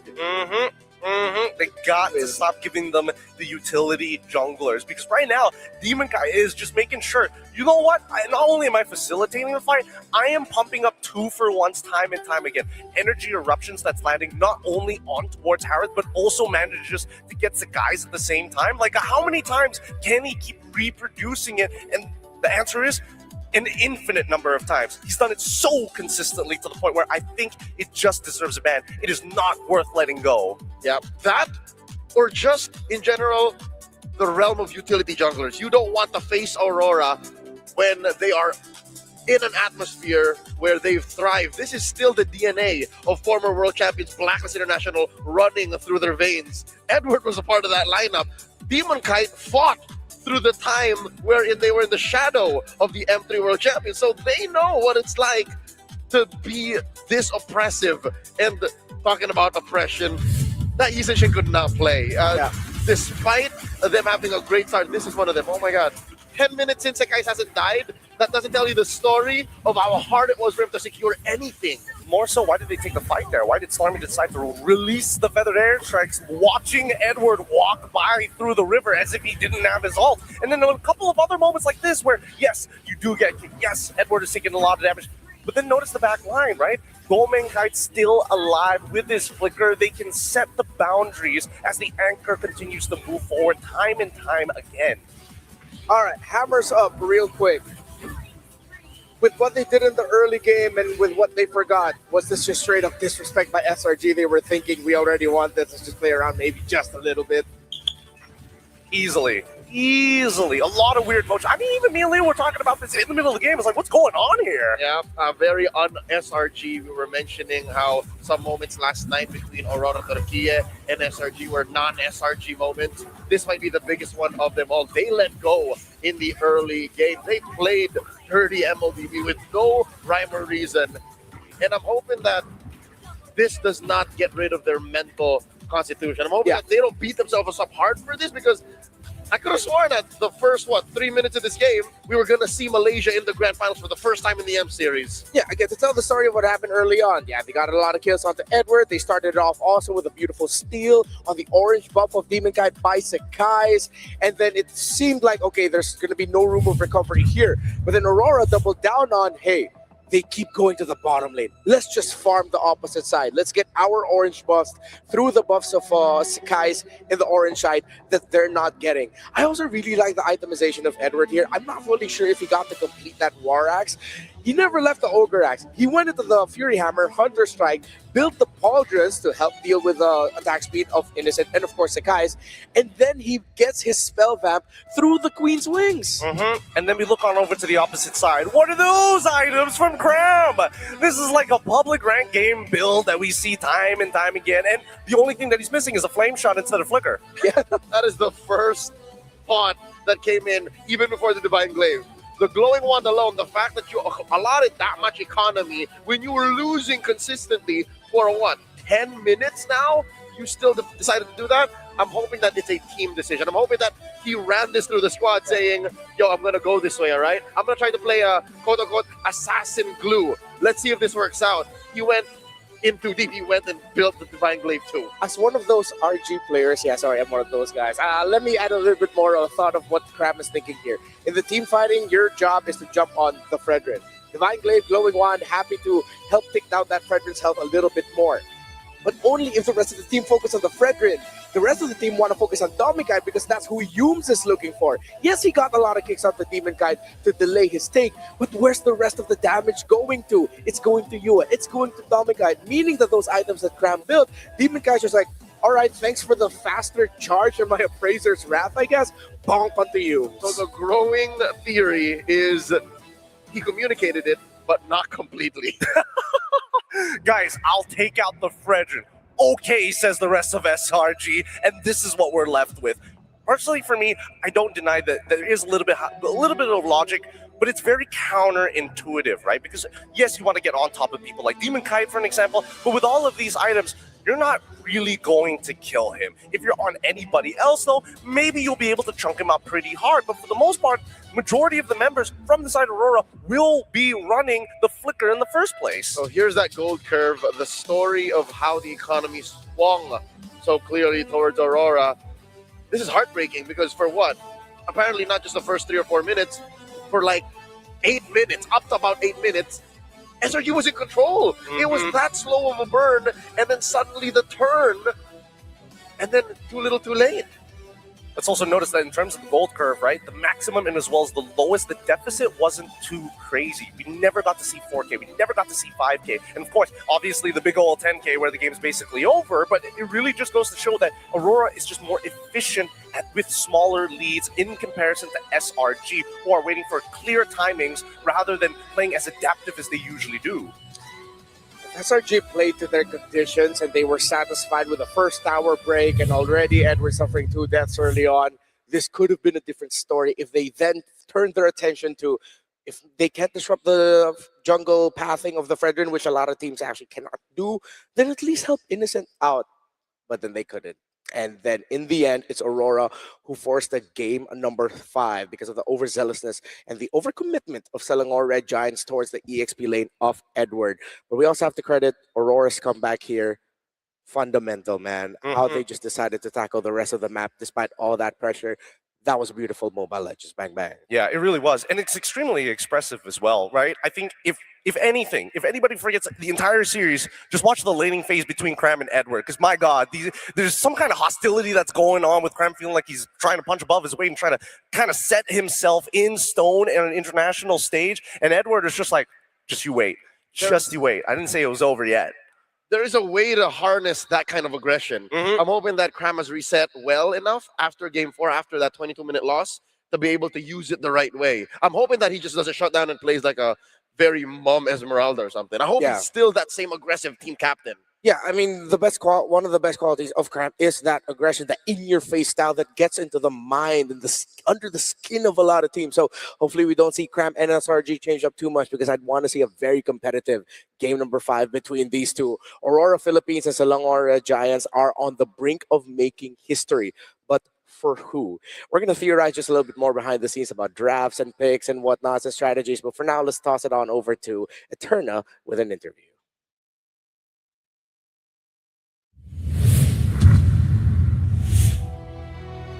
We are now down to the final game. But before we get into that, we are going to get a little bit of time to talk to each representative from each region that is fighting for that final ticket to the grand finals, the first ticket rather, to the grand finals here between Hans Yup.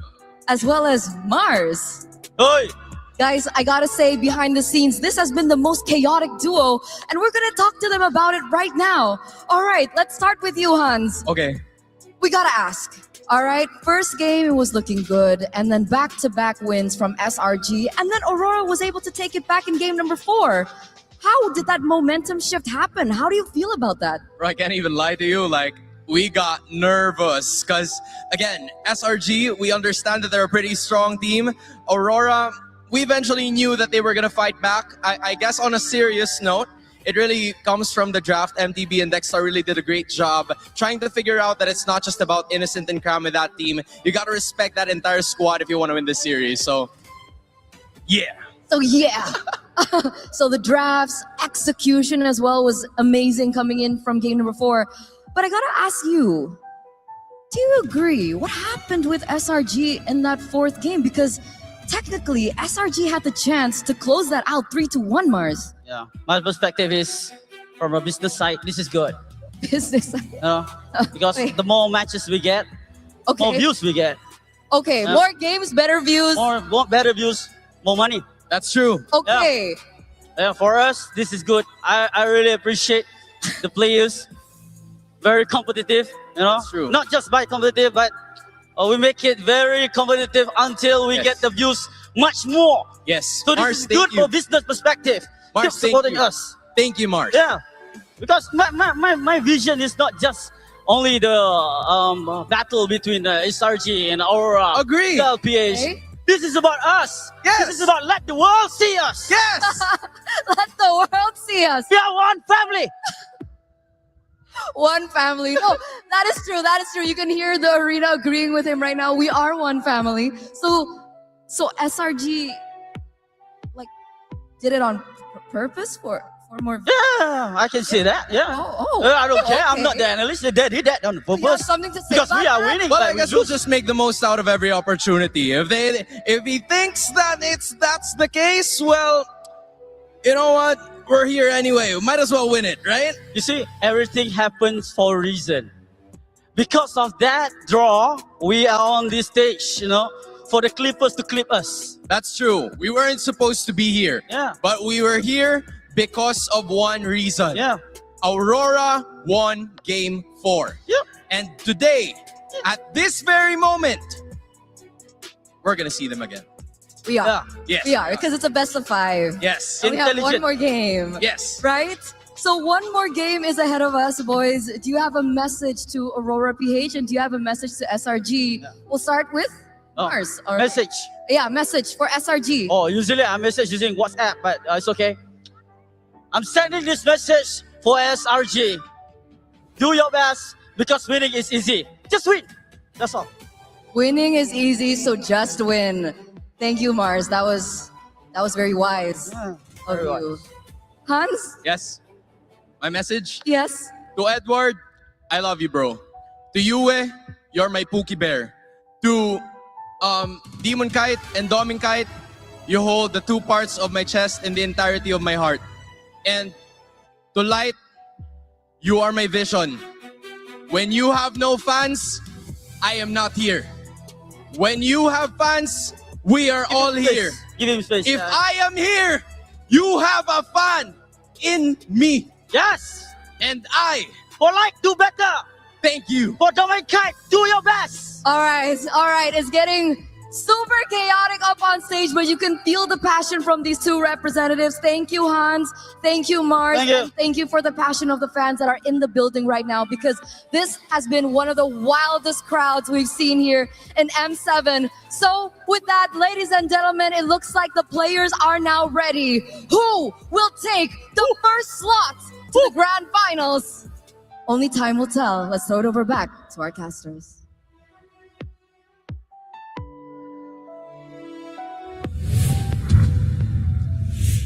Count on Mars to give out of this world entertainment. Count on Hans to get the job done. And it was great to see both of them. Interesting dynamic. I kind of want to see more. Not gonna lie, I want to see more of Hans and Mars together. We need an MPL podcast, and those two are the ones handling it. Yeah. Just to see what happens, just for funsies, maybe for an entire season. Our belated birthday boy, happy birthday, Hans, got the full-on copy pasta. Yeah, I don't think Mars was informed that you could go long. yeah. He decided to just wait. I want to jump in on that. That's not fair. That's not fair. Let me help you glaze the Aurora right now. But again, thank you, Eterna, Hans, and Mars for that. But now we got to get down to the nitty-gritty details of this game number 5. Because game number 4, again, we were going into the game thinking the glue, perfect pick. Early game, perfect. Wait, what's this over-aggression? But then that's the interesting thing here, because it's that little decision, that little close detail that could have made or break that game. Turns out we're gonna have to delay just a little bit the deep discussion for this series, because we're gonna have to thank some friends, and by reminding you that if you want that, well, in game as a skin, but if you do want that, make sure you play your pass, the Thunder Ascendant skin. Ooh. Actually, that's not the Thunder Ascendant. This is the Prime version. Yeah. This is the level 75. Yeah. The easier to get one, literally upon buying the pass, is the just as cool, but it's not this one. It's just similar though. All right, just by getting Thunder, just by getting the pass, you get Thunder Ascendant immediately. All right. It's like saying, yeah, we love him, but he's not our youngest son. But we love him. We love him, but Which one of your kids would you save in a dire situation? Ideally, all of them, but I think that at least this time around, the figurines, I was a big fan of the Yuzong one. I was also a big fan of the Roger one. This one kind of smokes them. Really well detailed. Look at all the intricacies of it. oh yeah, I thought the Yuzong and the Cloud one were sick, but this is really special. This is on a whole nother level. Yeah, This is Ascended. just to say that we were supposed to talk about the Thunder Ascendant skin, but we just ended up glazing the. Cosmic Finality figure. Yeah, who has their pass to level 150 already? Make some noise. Okay, no one yet. No one in the Thank God. Now I don't feel this bad. No, but Trex does, right? He flexed on us earlier and said that he already got his pass to 150. Yeah, but he's a capitalist, so it's like, you know what I'm saying? Because if you can't just buy everything. It's not going to just come to you that easily, especially when it comes down to competition. Well, maybe you could buy some friends to join the MRO, the MLBB Rising Open Season 5, because it's already back, still open to everyone and flexible to join now with major updates. Earn hero power from victories based on your weekly champion rank and team up with friends to form a 5-player team to complete rewards and stack, win or lose. Earn MRO coins to redeem permanent skins, exclusive avatar borders, and more. Climb the weekly championship to qualify for the championship. Win bigger prizes and keep the M7 passion alive. Yeah, buy your friends. I mean, tell your friends, gather them together and complete the MLBB Rising Open. Hey, if you're good at ML, I'm sure you have a lot of friends. A lot of people want to be your friend. For sure. Hi, friends. Hopefully you're still cool. I play a mean Yuzong. Anybody? And a really good Leomord as well. Oh, I was Edward. I was pretending to be Edward. Ah, okay. Oh, wait, no, where's our Edward mask? They took it away from us. They should give us a player masks back, because now we're going to be heading to the game number 5. Side will determine a flow. First 2 games, SRG. Previous 2 games, it was Aurora. So who goes where?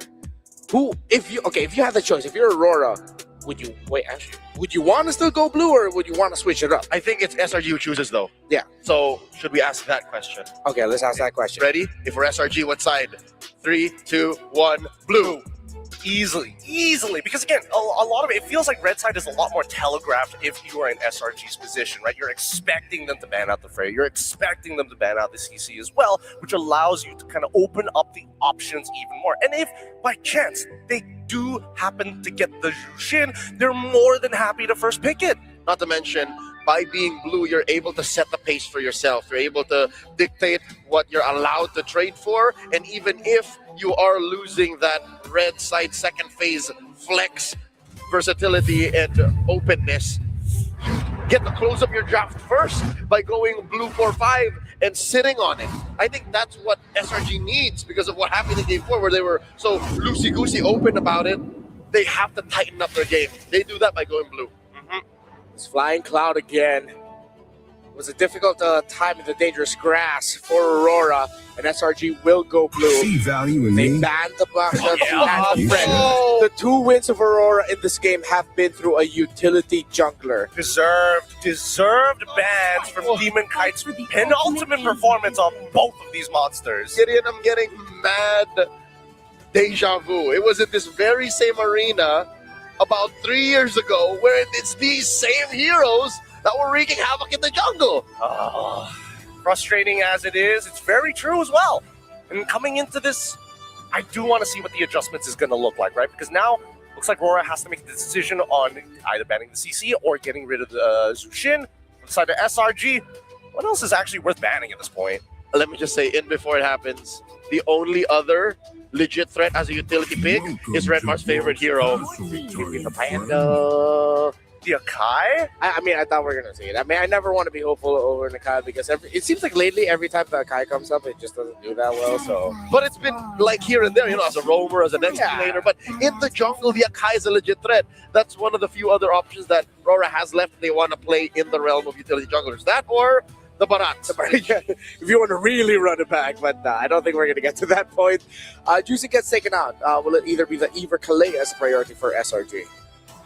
Kind of tough to say here, right? Because if they do lean Yums back into the Kalea, the Eve all of a sudden falls into the hands of Aurora, and they've dealt with the Eve many times before in the previous games, and they know they just need to get behind them. But it does force out a bunch of Purifies as well. What if they go use on this time? Oh, they don't. Oh, I actually didn't want to pose this possibility. Because if they go Claude here, Freya's open. Freya's open. Aurora are willing to give that Claude up, meaning that they are probably going to go for something like the Leomord style aggressive lineups. Or they go Freya, Yi, and Shin. Oh, so that it isn't a little bit too Gila with the aggressiveness and they balance it out. You still need a little bit of farm. This could be potentially scary, right? The Freya would be interesting to see. They go for Kimmy alongside with the Khalid to double down on that mid lane, completely omitting the matchup and saying, you know what, we can wait. Let's pose a different problem. There's no need to rush it. We know that the Claude is here.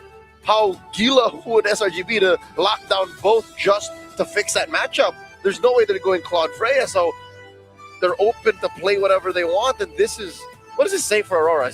Are they going for speed? Are they going for the throat here? I think they want to minimize Yum's impact because they're dealing with Yum's playmaking capabilities. Now it's about how much impact he has in the game. With the Hilda, it's high impact. But now, when you have access to the Khalid, even if you give the Eve on over, hey, you hit me a couple of times, that's fine. I'll heal back up, I'll still clear waves faster than you, and I will always be a threat. They pick up the Zetian without the Cho or without the Hilda available. Aurora can just spend the next 2 bans here taking out the best heroes you can pair with the Zetian. As I mentioned, the Cho, as it helps clear out the minion waves much quicker. You know, those heroes that want to pack a concussive blast so that they can get that fast clear. Will they pick up the gold later here so that they don't have to worry about it too much? And they will. They want a Dominant Guide on the Harith that for a good amount of 2025 was the most feared pick in the hands of Aurora Gaming Philippines. Does mean that Aurora needs to start thinking about the second half of the draft now. They could go back into a sandbag style of EXP laner, but considering the Yuzong performance we saw the last time, the Zitan is going to be a little bit harder to deal with overall, especially when her passive is up. Yeah, if anything, it's SRG who has room to play maybe the Yuzhong. Again, you're already ruining the formations with the Fury of the Phoenix. What more? A rogue dragon flying around. I think Aurora should consider taking out EXP lane options. There's the one. There's the Esmeralda. Yeah. Not only EXP, but Flex as well. SRG still has some room of flexibility for their roam and EXP combined. So I don't know if they're worried about damaged EXP laners, right? Because when I'm looking at the lineup, they're like, yes, there are people who are susceptible, but they also fall to the same tragedy of Alice at the end of the day. And that's something that we've seen SRG whip out multiple times. And I'm worried because Aurora may have gotten overloaded. A lot of Cram's favorites are still available. The Uranus, the Phoveus, Yuzong, Alice, Arlott. Arlotts usually are one of the responses. They can't ban all of those. Yeah, exactly. So it's damage control for Aurora. Well, for Salong or Red Giants, they will be very happy that they have a wide pool of EXP laters that they can go for. Especially if Aurora decide to show their EXP later already on blue 4 in the hopes of trying to minimize what Cram can pick, they might just end up with a better matchup. If I'm reading the draft correctly, red 4 is going to be for Demon Kite. My kids. And then they'll try to win that EXP lane matchup via red 5. Because again, if Cram doesn't play well, I think it's at stake. Gideon, you can back me up. SRG just do not take off. No, not with the ban on the Alice here. I think they're going to go Uranus instead and then hold up for Fanny to maybe potentially attack Stormy in the mid lane pre-level 4. There you go. They can't ban everything, but they can narrow it down. I wouldn't be so confident with picking up the Fanny if we are gonna let Yumes get the Cho again, get Cho Zetien together. That's very fast wave clear to set up for Sakai's. That's why red 5 is open. That's what Rora's hedging on. I will choose my own There's the path. Arlot. I like the Uranus because then SRG would want to pick up the Lapu Lapu, but they won't really have a lot of the damage to annoy that Uranus as much. But hell, it's Edward. He might just end up saying, Coach, give me something explosive. Give me something that can set up and be aggressive. If we do see the Uranus here, I think it's going to be Kalia Lapu or Kalia Yuzong for the side of SRG. This land is our home. Oh, they take Lapu. What? I think it is what I said. It was like, Coach, let me be me. There's room for the Yisun Shin still. So I think they're both protecting the Yisun Shin and just picking up good peel. And again, taking it away as well from Cram. It just means that Aurora is going to be playing towards the gold side of their map, right? Because they don't know what the Lapu Lapu is going to deal with. He's kind of going in blind into this draft. So whether he quote-unquote wins the matchup or not isn't really up to him. And I think SRG can also just pick up the Uranus so they can kind of stop this imminent Yisun Shin threat. But what if it is going to be utility for Aurora, though? I mean, they are going to be lacking the vision, and the Mountain Shocker would be great against a Zetien. Yes, I will say it now. Yisun Shin is the most likely pick. But what if it is utility? What if they are looking at Lapu Lapu and Kali thinking, we have enough physical, let's set up for our magic damage dealers, and let's pick up utility in the jungle. Wow. Left. SRG here. Lock in the CC for Cram and the Gatot for Yumes. What utilities left besides the Barats and the Akai? Even Guinevere got banned. Yeah. Oh, boy. Just give me my Panda. I mean, yeah, again, Wise is most likely, but just give me my Panda. Because I'm also 50-50 on this. Prepare for the return. There it is! There it is! We alluded to it! Oh, we're pretty good at this. We could be analysts. Oh, my goodness. Yeah. Again, really good call here. If they went for the Yisun Shin, it would just be too much economy to invest. But what a composition. And I think even from the side of SRG, they were alluding to it with the CC. Yeah. Deep for this. I will say this now, though. This is so close, and I'm glad that the stats show it. Early to mid-game potential leaning towards Aurora. Late-game potential, a little bit more SRG recovers there. The stats are leaning towards Aurora. But this is definitely one of those lineups where you cannot mess up. Perfect MLBB is what's needed. Who are we feeling for these drafts? Real quick, Gideon. I'm going to say SRG on this one. I didn't call the Akai for nothing. Let's go, Aurora! I'm guessing Aurora here. This will be legendary. This will determine who makes it to the grand finals first. Mirko and Naisu set the stage for us. Ladies and gentlemen, welcome to the last game of the evening. We've had a hell of a series, and now it's come down to this, a game of 5 to get to the grand final. Will it be the first ever for the Malaysians to make it an M-Series grand final, or will it be Aurora to make it their way to be the first Filipino team in M7 to get to the grand final spot? Here we are, it's me, Naisu, and Mirko to bring you this game 5. And either way, Naisu, what a story. The first Malaysian team to make it to a World Championship, or Aurora Gaming Philippines, a team coming into this tournament with a narrative of the chokers, the ones who always fail when it matters most, the one that finally gets to shine the brightest in the world stage.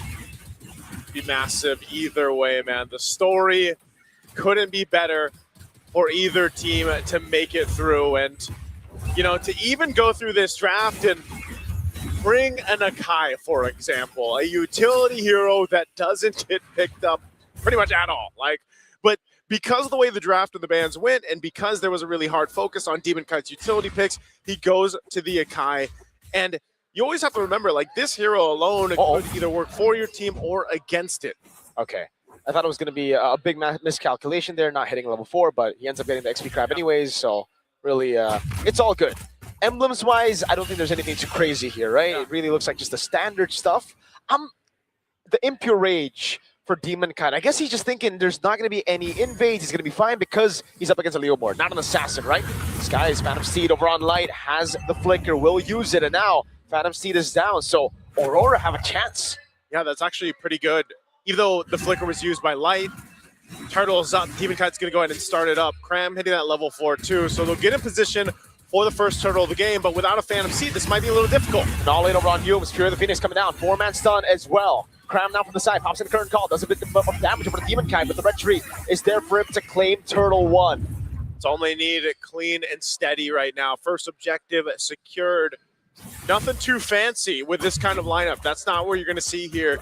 Now for SRG, they might be the ones to be a little more aggressive because of the fact that they brought the Leomord in play. Plus, they have the Zetian that they can rely on. And again, Innocent going on this hero that he's played so many times is able to go ahead and scale up really well on this Claude.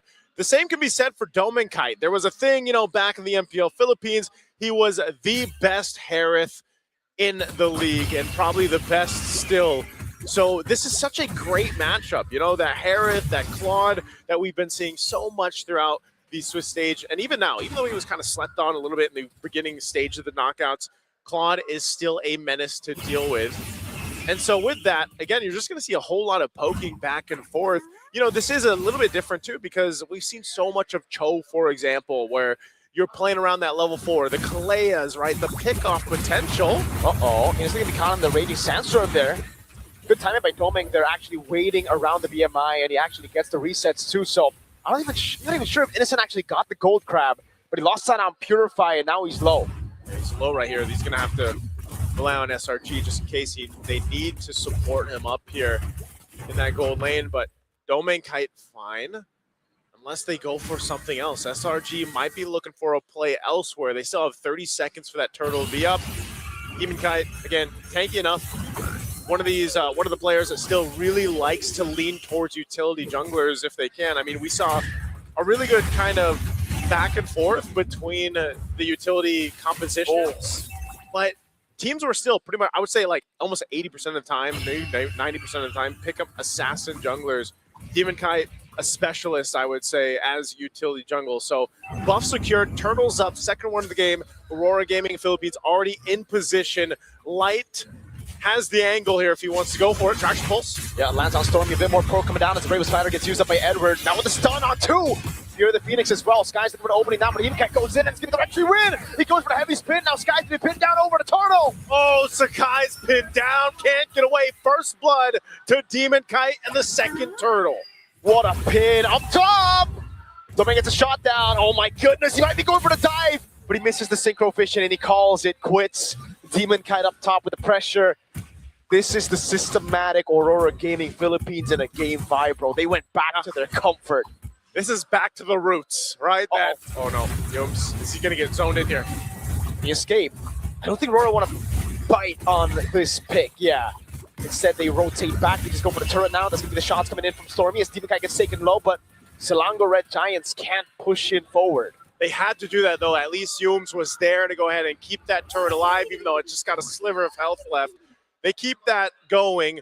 Now, looking at the itemization here, first item's already locked in for the gold laners, DHS for Innocent. You got the Starlium Scythe now for Domen Kite.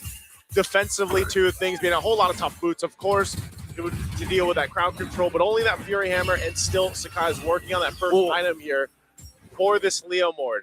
And same thing, I mean, Stormy on the Sentinel, whoa, they're not stopping. 1v1, BMI out with the Blazing Wind already used. Light now comes in with damage, Raging Sandstorm from Light. The Fury of the Phoenix catches him on their turret, so at least there's a trade as Demon Cat's gonna be chased down as Skies pops the Steed. But again, he just rotates up top. He will deny the turret take. Great response, but a better trade for Aurora Gaming Philippines. you know, you're trading out your gold laner for the roam. Light goes down, but here's Yumes. Heavy spin, hitting him down. Pops and revitalize in time, but can he escape? No, the Synchrofish pops him through. They got the payback for the roam right there as they lock down Yumes. So a great response once again. That turret's still going to stay up. Third turtle of the game here in a few seconds. Now the War Axe available to Skies. He's got that. He's got his buff as well. He actually wants to go ahead and contest this, though. As Demon Kite's grabbing his purple. Light's giving the information over here, but they're going to be able to rotate just in time for this turtle. That's so much damage on Sky's half HP. AOG coming out with Raging Sandstorm from Light, and Demon Kite with the retro gets it, and it pops into Blazing Duet. Demon Kite's done it again, and now they're going to be going for Yumes. Cram in the midst of it all. Pops in a curtain call. Now going for the chase, but it's going to be the Kite away. Now it's Edward on to Stormy, forcing the flick around as Doming goes up top. Doesn't have some on force. Light goes in over the grab, but it gets away in time with the sprint. Meanwhile, Edward in mid again, holding Innocent and Yumes down. Ooh, it looks like SRG is just trying to catch their breath in this game 5. If it's not Demon Kite securing the objectives, it's Edward crashing on, forcing battle spells down. Light on this side of the map, behind enemy lines. There's Demon Kite. Finds Innocent, Purify out there. Fear the Phoenix coming down, but Doming gets the turret. Now Cram looking for the trade. Pops in the curtain call. Edward in the midst of it all. Now 2-match done by Edward.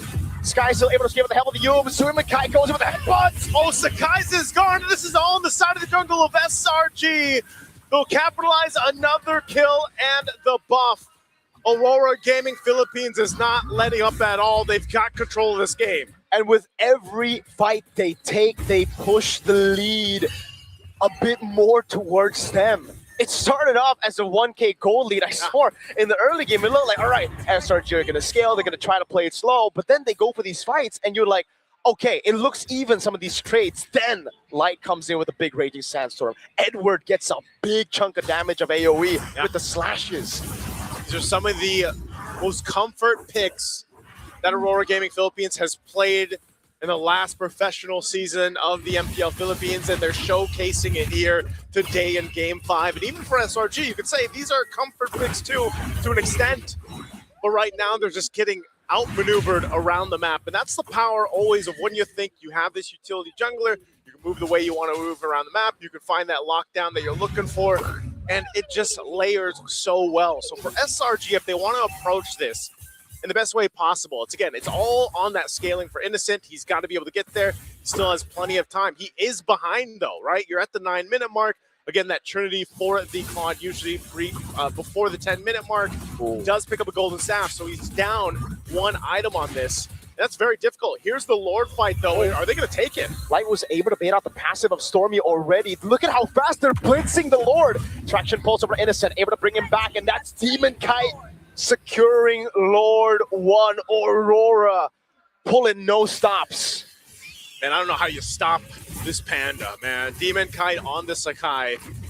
It's one of the better heroes. I know it's slept on in the draft, but it's still one of the better heroes to go ahead secure objectives. If anybody gets close, you can usually heavy spin them away to get that retribution off.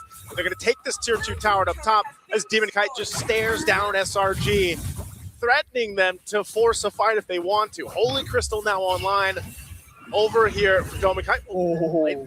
Just checking things out with the Raging Sandstorm. Wanted to bait a few resources, right? Innocent just backs away with the BMI. But again, this lead is getting to a point where it's a big problem. Like Selangor Red Giants, they have Innocent to scale. Satiana, I'm guessing as well. Traction pulse baits out the BMI. But they don't really have a body right now. Sky's a 0-3-0. And I don't think he can pull off an Edward on Yuzong type of 0-3-0, Brian. Yeah, this is going to be way more difficult to make it worth for Cram and the rest of the team of SRG. You know, you waited 10.5 minutes. You got to start to make something happen here because you're in this last game, this Game 5, with that potential chance to get to the grand final on the line here for both of these teams. But look at the difference in itemization across the board. It's tough, man. Yumes probably the closest here amongst it all. Yeah, he's only 600 gold difference, but I'll tell you what, the impact of Light right now in this Khalid is just doing so much more than what Yumes is capable of doing. If that means just getting the passive out from Stormy, if that means getting some of the battle spells, and even then, the Raging Sandstorm is threat enough, and Light knows it. And that's why they're able to go ahead and play that upper hand. Also, on the gold lane, you still need so much more time for Innocent here. He's building into that Corrosive Scythe. But even so, if that Trinity is online, it's going to be a hell of a time to get into the fight, man, because of the fact that you have Nakai to worry about. You have also Light there peeling for the team, or starting things up in Edward as well. So now this purple buff for the taking from SRG. You're still plenty of time, 40 seconds away from this Lord to come up. And now SRG are forced to again group up together. Stick is 3 into the bottom lane. They're being starved by Aurora Gaming Philippines right now. There's no way for them to actually just brute force walk into their own jungle alone. And Light's been able to take these poke like it's nothing. Yeah. Stormy, this is a 100% win rate Zetian, right? Is it still a 100% win rate? I believe so. So, oh my, Innocent? PMI already. Light wants to go in. Bringing Sandstorm! Innocent pops in the Blazing Duet. And he pops in a Purify as well. That's Big Edward! 2-man stun with the Bravest Fighter. Now goes back. That is all they need. Oh, okay. Fury of the Phoenix used there too. Keeping things under control. But the Lord is up now. Battle spell down. That's the Purify for Innocent. And so, if SRG is thinking about contesting this Lord, it's probably not going to happen. They cannot. Not without a Purify on the main man. They just got to wait. They got to buckle in as Lord is going to be secured here for Aurora Gaming Philippines at the 12:40 mark. Divine Glaive picked up now too for Dome and Kite. And they have everything they need to approach this base of SRG. I'm not saying they can end it here, but with this kind of lead, 8,000+ gold at this point, this type of itemization and this composition could potentially end it off of a first Lord push. Demon Kite, over the course of, I would say, the run to get it to upper bracket finals, has been behind against Carl Teasy in gold, losing out individually against, again, I feel like also against Izuki, losing out individually in gold. And it's usually because he's on a utility pick. Now he's on a Kai, and he's 2,000 gold ahead of Skies. Like, who else is going to play the Akai? Other than maybe Demon Kite and, I don't know, Carl Teasy. Can't think of anyone else who's still in MLBB. Right? It's one of those things, yeah. There's Redmar. I can hear him in my ear, man. Redmar will probably play it too. He is him. Gotta get that check. Gotta get that check. There's the Lord pushing into this bottom turret. They want to go ahead and potentially force this. Innocent already with the BMI. That's going to be the Lord taking down the base turret in the bottom lane. This is quite big, but it's not the worst for Selangor Red Giants, just because, again, Lord's going to be spawning in the bottom lane, so they'll be able to handle it here. Light. Well, look at Sakai. He's going on this off angle, too. Is he actually going to initiate a fight? From this angle, no. They cleared out the minions. Lord is cleared as well. They lost one base turret. And so this, more than anything, is Aurora Gaming Philippines knowing that they're up 10,000 gold, but sticking to mastering the basics here, man. I hate to say it, right? But they are doing exactly that. They're sticking with the basics. They're sticking to the fundamentals. And every team will go ahead and say how important that is. Even when you have this kind of lead, you can't lose that focus. Oh, and Steed. Oh, Steven Kite in with a headbutt. That's going to be like on the back spot, taunted down as well by Yums. Here the Phoenix locking him down. AOG as well onto Edward, but he is CC immune with the Bravest Spider. Yums does not want to, okay, he doesn't have AOG. This is interesting though. SRG just kind of keeping Aurora Gaming in check, but here's the re-engage. Shaman Force dropped down, and it's just the answer, the response from Aurora Gaming. How is it still so tense with a 10,000 gold lead, dude? The crazy thing is 1-5 in terms of the kills, right? But there's this tension in this game 5 between these two teams, because I just think it's at what's stake here, Miracle. It's that grand final spot. It's a huge story for both teams to get there, and SRG they understand that we got to go ahead and just buckle in. We need to go ahead and scale up. Like I said, your Innocent is nearly there. He's got to get a little bit of defensiveness, obviously. Winter Nature, we've also seen Winter Crowns pop up too. Might be the case in this sense when if they can extend it. I don't know, 5+ minutes. They got to get to the 20-minute mark, I feel like, here. Divine Glaive picked up by Stormy, though. This fight for the Lord, it looks like they want to actually contest this Lord, though, if they can. But can they? Traction Pulse already baited out there. Light already backing away.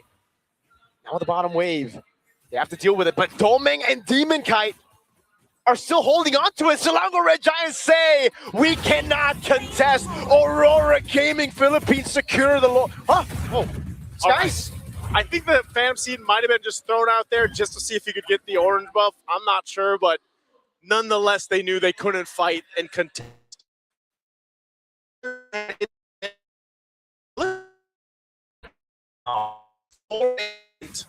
Might be just saying, you know what?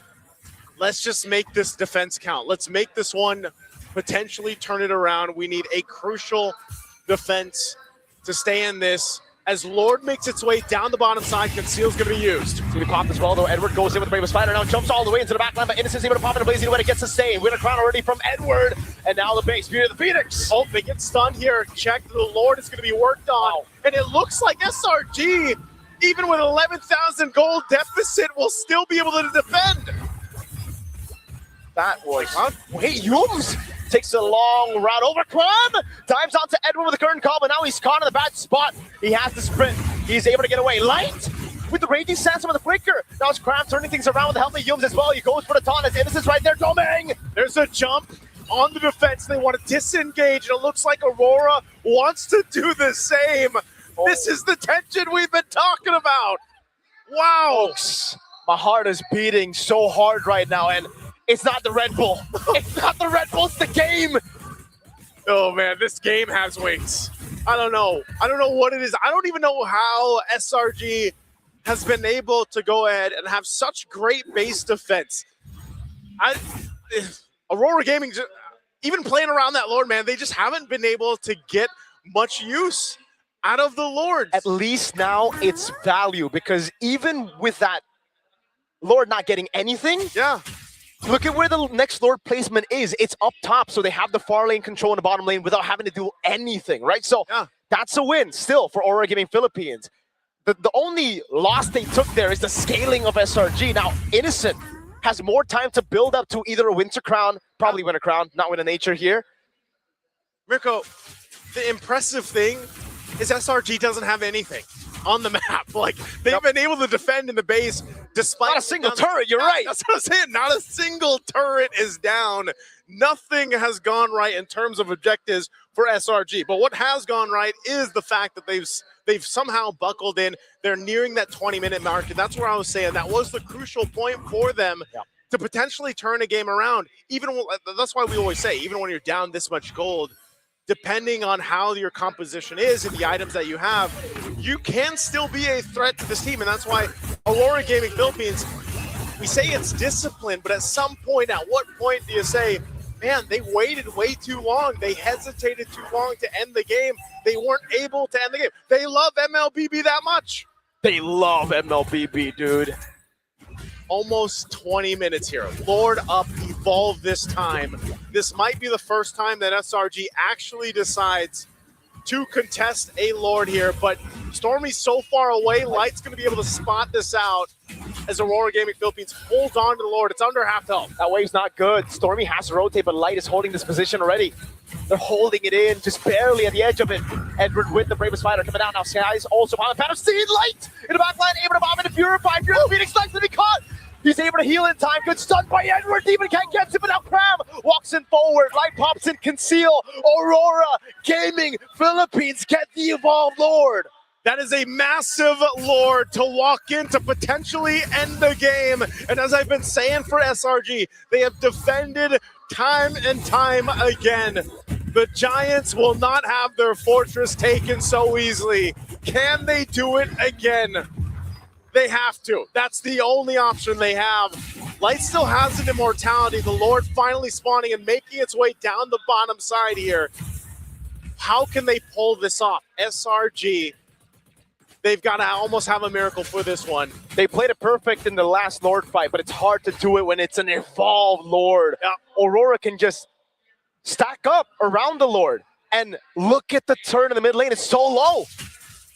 Half health here, under half health for that mid turret. Lord makes it down the bot. They've got to deal with it here. Fraction pulse doesn't land on anyone. Now it's going to be Innocent, trying to deal as much damage as possible as Edward dives into the back. Innocent pops in the lazy to win over on Edward, but this radius stack just comes through. They're fighting on the Lord. Demon Kite already using a heavy spin. That's going to be Yums jumped away from Fury the Phoenix. The Phoenix is used and they're still going. They deal with the Lord. Live with radius Sandstorm. Yums still able to survive. Innocent. BMI to the back as Doming already uses his Amon Force. Mid lane base turn with ball. how the Selangor Red Giants hold on to this game. Selangor Red Giants won't have the base taken so easily. Against an Evolved Lord. Man, they still do it. They don't have any space to work with, no base, no turrets down, but they're still showing that they can defend and fight against Aurora Gaming. That is an Evolved Lord that was dealt with in the best way possible. We are still at 6 kills. That hasn't changed in a while, Mirko. I mean, 6 kills, no turrets. When was the last time one of them died, dude? I'll tell you what, I don't know if that's the pro of having this kind of lineup for Aurora Gaming or for SRG and the con of Aurora Gaming's lineup. It works so good in the beginning, but, you know, at this point of the game, they're having a difficult time actually punching it in and ending it, you know, and we have seen this when it has been utility compositions and that require a setup that has to be perfect. This is the trouble. Winter Crown now available for Innocent. And a rose gold too, Naisu. He sold his boots. He's bootless. Man's barefoot. Barefoot Claude. A Winter Crown 2 for Sakai's fight with this Lord again. Look at Light's positioning. What are they going to do? Traction pulls thrown out? Wait, Cram already used the curtain call. It's on Yue. Light has a very, very good flank on him. Zetian, does he spot him out? He's able to spot him out now as Edward goes over to stun. Here, the Phoenix, locking him down. Edward losing immortality. Now Sky's going to go in as well, but he's going to be pinned down by Demon Cat. No one's there to actually dish out damage. Skies will fall to Yue. They take out Sakai's, they can get the Lord. But he can do weapon medicine with the Winter Crown as well. Demon Cat's going to be taken very, very low, but he's able to buy immortality in time. Doming in the back as well, doing it himself. Cram still there to damage in his time. Innocent's still alive, and he gets the space, but Domikai will take him out. He got cooked by the Chrono Dash. Domang has all the shields in the world. Now it's Yums who falls. Cram has immortality. He's going to fall as well. Evolved Lord in the mid lane as Cram dishes out damage to Light, but he's going to be gunned down by Yue. And that's going to be it as the Lord makes its way down the mid with Aurora Gaming. The stage that once haunted them now rises for them. The Northern Lights do not fade. It ignites the grand finals. That ignition, that light will be witness to the entire world. A chance at redemption, a chance at history, and a chance to prove the doubters wrong. Aurora Gaming Philippines makes it to the grand finals in an epic 3-2 series against SRG. Oh, the chokers, the failures, the boys who were doubted, the boys who were never meant to be, have just made it to the grand finals. Defeating Selangor Red Giants, who to this point were undefeated at the M7 World Championship.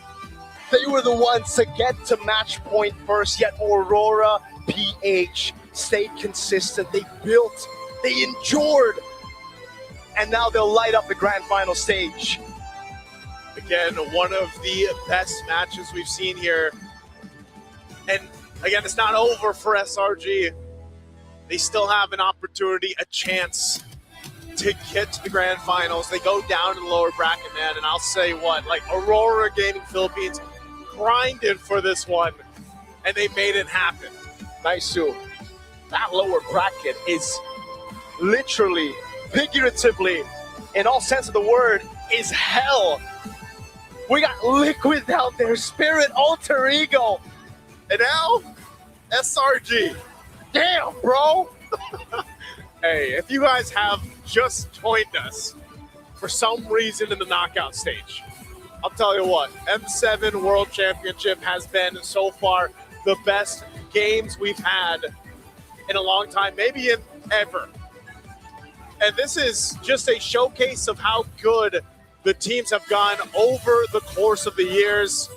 And yes, it's still the Philippines getting to the grand finals first, but I'll tell you what, I don't know who's going to end up there in the second spot. Last time we were in Jakarta, it was a Philippines grand finals. Will it be the same? Liquid are still down there. They are still hungry to complete the Golden Road. We'll find out. Once again, ladies and gentlemen, it's me, Naisu, and Mirko that has brought you this series. We're going to throw it on stage to hear for our winner's interview. Ladies and gentlemen, this is your first M7 World Championship Grand Finalist, Pilipinas! Give it up for Aurora Gaming Philippines! What an intense series. And of course, we have the entire team with us here. Demon Kite, after last year's early exit, you guys have completely turned the tables around to redeem yourself and reach to the grand finals. How important is this victory to you and of course to Aurora Gaming Philippines? Sobrang importante kasi kumbaga ito yung namin yung revenge namin dun sa last run namin ng M6 So sobrang importante sa team and yun, sobrang saya lang na nakapag-grand finals kami. You said that this win actually means so much to them because it's practically a revenge from their run back in the M6 last year. And of course, they're very much happy on this incredible run to make it to the grand finals, Eterna. We could tell. Right as the winning moment happened, they were still busy looking at their own gameplay. So even up until this point, even at this winning moment, they're still considering, I think, what's going through, what happened in that earlier game. But now we go to Light. Light, in your first season with the team, you were able to go all the way to the grand finals. And now here, take to M7, another grand finals. Like, could you talk to us about the hurdles or the challenges that you faced that led you to this point right now?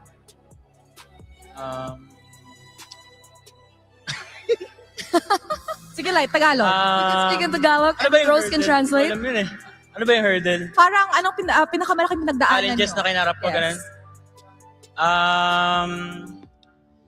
Hindi siya madali since per season. Tapos yung pinalitan ko rin kasi magaling naman talaga si Renegade. Tapos marami rin siyang sa team, parang na-achieve sila together.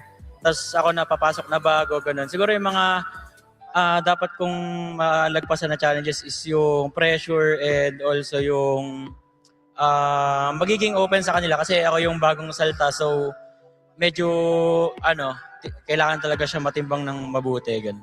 He said that actually it wasn't easy, definitely, because he entered Aurora Gaming Philippines. He had definitely big shoes to fill after Renegade, who has shared and helped the team so much. So the biggest challenges he had to overcome, of course, it was the pressure, and he had to be open to, the four-man who has already built their chemistry. That's definitely understandable, Rose. Yes, I agree. And I'm pretty sure, and I heard from the Swiss Stages interview that Light is actually the light of the team. So I think he blended in just right. And of course, Yue. We know that this series is definitely not an easy series because SRG was already at match point. And oh my goodness, that was insane to watch. But Yue, how are you guys able to maintain your composure knowing that potentially the first ticket to the grand finals was on the line? Siguro yung tiwala namin sa isa't isa is nandun pa rin. Then yung composure or yung moral namin is hindi siya bumaba. Kasi nilaro lang namin, laro namin. He said actually they just trusted each other really well. And despite being at match point, their composure and their morale didn't actually drop down. They just had to play like how they usually did. And you know what? That got them their first ticket, Eterna. And honestly, not a lot of teams can do that, right? When they're under pressure, when everything is on the line, especially one chance to get to the grand finals, not a lot of teams can reset. Again, the fans are going crazy in the building, but I want to talk to Mr. Consistent. Yes, Mr. Consistent, Edward. This is your 5th M Series appearance, and you were able to secure your 3rd grand final appearance here right now. We gotta ask you, what makes it different for you this time around? Siguro ngayon, iba na yung nakakasabay na lahat ng team, lahat ng bansa nakakasabay na. And lahat nag-step up na. So, yun siguro. He said the biggest difference this time around is that all the regions are actually stepping up. And when everybody's stepping up, of course, the competition does get tighter. And when the competition does get tighter, it's definitely harder for all the teams participating. And I do agree, we see so many of the dark horses coming to rise this M7. And of course, Domenkite. Coming into the M series, there were so many doubts surrounding the team after your run in M6 last year, and even the team recognized that. But with this victory, is there anything you would like to say to everybody who has doubted your journey? Sa lahat ng doubters, wala eh. Ganyan talaga yung mga yan eh. Kasi ano eh. Wala, pagpatuloy lang nila pagdadaw sa amin and pinapakita naman namin sa game eh. Kung ano yung dapat pakita. He said to all the doubters, he can't do anything about that because, well, that's them. They'll just doubt. What they can do, however, is prove them otherwise in the game. Potential champion mentality? Potential champion mentality indeed, Adirna. And with that, before we let you go, boys, we gotta ask the final question to each and every one of you. All right. Who do you think you will be facing in the grand finals? Or rather, who would you rather be facing in the grand finals? We still have a few teams left looking for that final slot in the grand finals. We have Alter Ego from Indonesia. We have Team Spirit, EECA, SRG, Aurora Turkey A, and of course, TLPH. Let's start with you, Yue. For me, TLPH. TLPH. What about you, Light? It's either SRG or TLPH. Ooh. Edward? TLPH or SRG. Ooh, still similar opinions here. Domeng? DLPH and SRG. TLPH and SRG. Oh my, Eterna.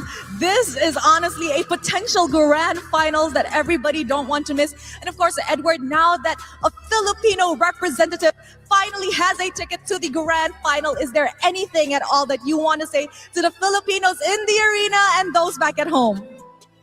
Yun, maraming salamat sa patuloy na pagsuporta sa amin sa Aurora. And bumili na kayo ng grand finals tickets. Is that thank you so much for the continuous support for Aurora Gaming Philippines, and don't forget to get your grand final tickets. Nice, promotional. Very promotional. Definitely. That was an intense upper bracket final match, and of course we will throw it back to the panel to dissect what happened in this amazingly crazy series. Panel, we're throwing it back to you guys.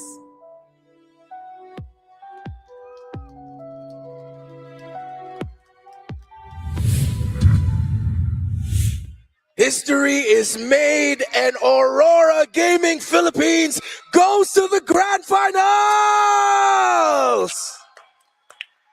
To all the Auroras and to the Filipinos who showed up, thank you for all your support. But of course, for the Malaysian audience, we have the SRG fans. The run is not over yet. They are still in the lower bracket finals, waiting for the team that will challenge their potential stake in the grand final slot.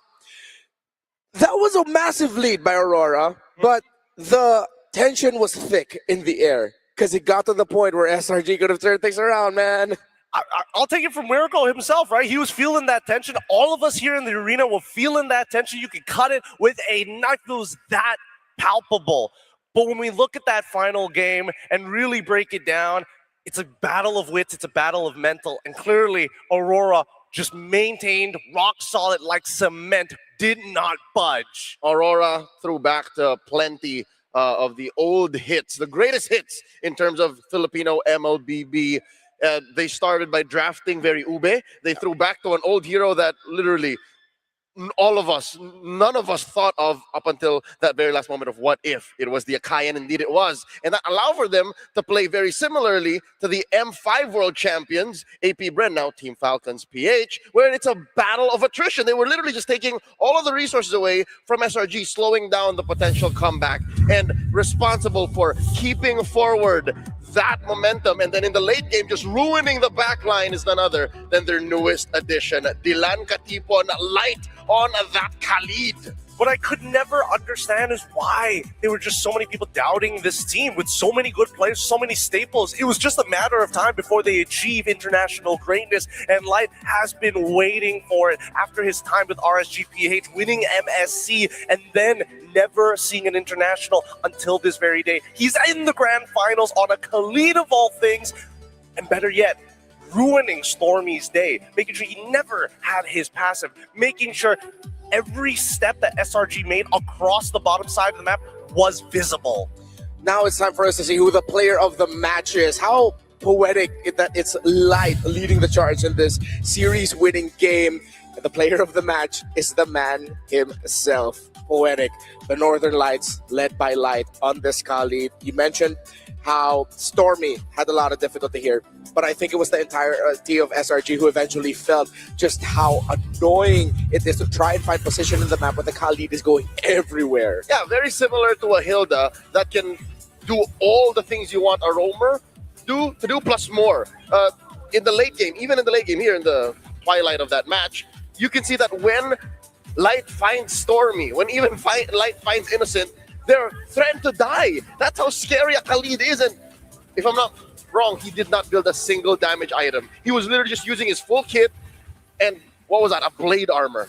He was trying his absolute best to make sure that the backline was never great, because when you look at this composition, right, they cannot win a 4v4. You need the full 5, and that's why you're seeing Innocent walk up in really dangerous positions, because again, is nowhere to be found to actually do the peeling, do the poking. He needs to build up stacks anyway. He might as well put himself in a dangerous spot. We posed that question, that what if for SRG, that what if the loss from game number 4 affects their mental and we don't get to see them play the way they do. Coach Master of the Basics and Dexstar said, let's add another layer to that. Let's pick up heroes that forces that to happen. You doubt everything in the map when the Khalid is around. You doubt how you team fight objectives when an Akai is around. And that Akai pick, and no, this isn't my Akai bias because that is my favorite hero in the game.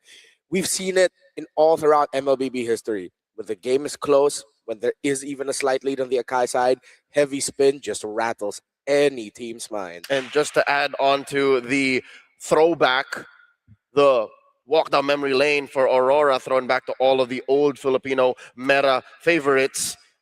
They also went back to just hard macro, no deaths. Yeah. All we're literally going to do is going to play the game. For about 50 minutes of that game, they only had 6 kills, and that's it.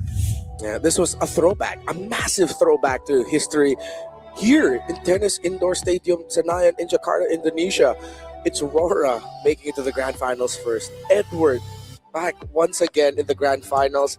This time, what if the story of Aurora wasn't to win at home, it was to win in another country, continuing the legacy of the Philippines. But to hearken to what Mirko and Isu said, this lower bracket is literal L. Yep, it's dangerous. I think this is one of the few M series that nobody really knows what's going to happen at this stage. And I think, as you heard it from the man himself, every region has stepped up. Every region has bolstered themselves, but only the best move on. Aurora has proved themselves. The question is, who's going to be joining them? Is it going to be Aurora Turkey, their brothers from across the seas, TLPH, AE, Team Spirit, and of course, SRG waiting at the very end? You know what? Looking at the lower bracket, that's all champions. The finest from Turkey, the Filipinos champions, and of course the people's champions in Alter Ego, and of course the Dragons of the North, ECA's finest, Team Spirit.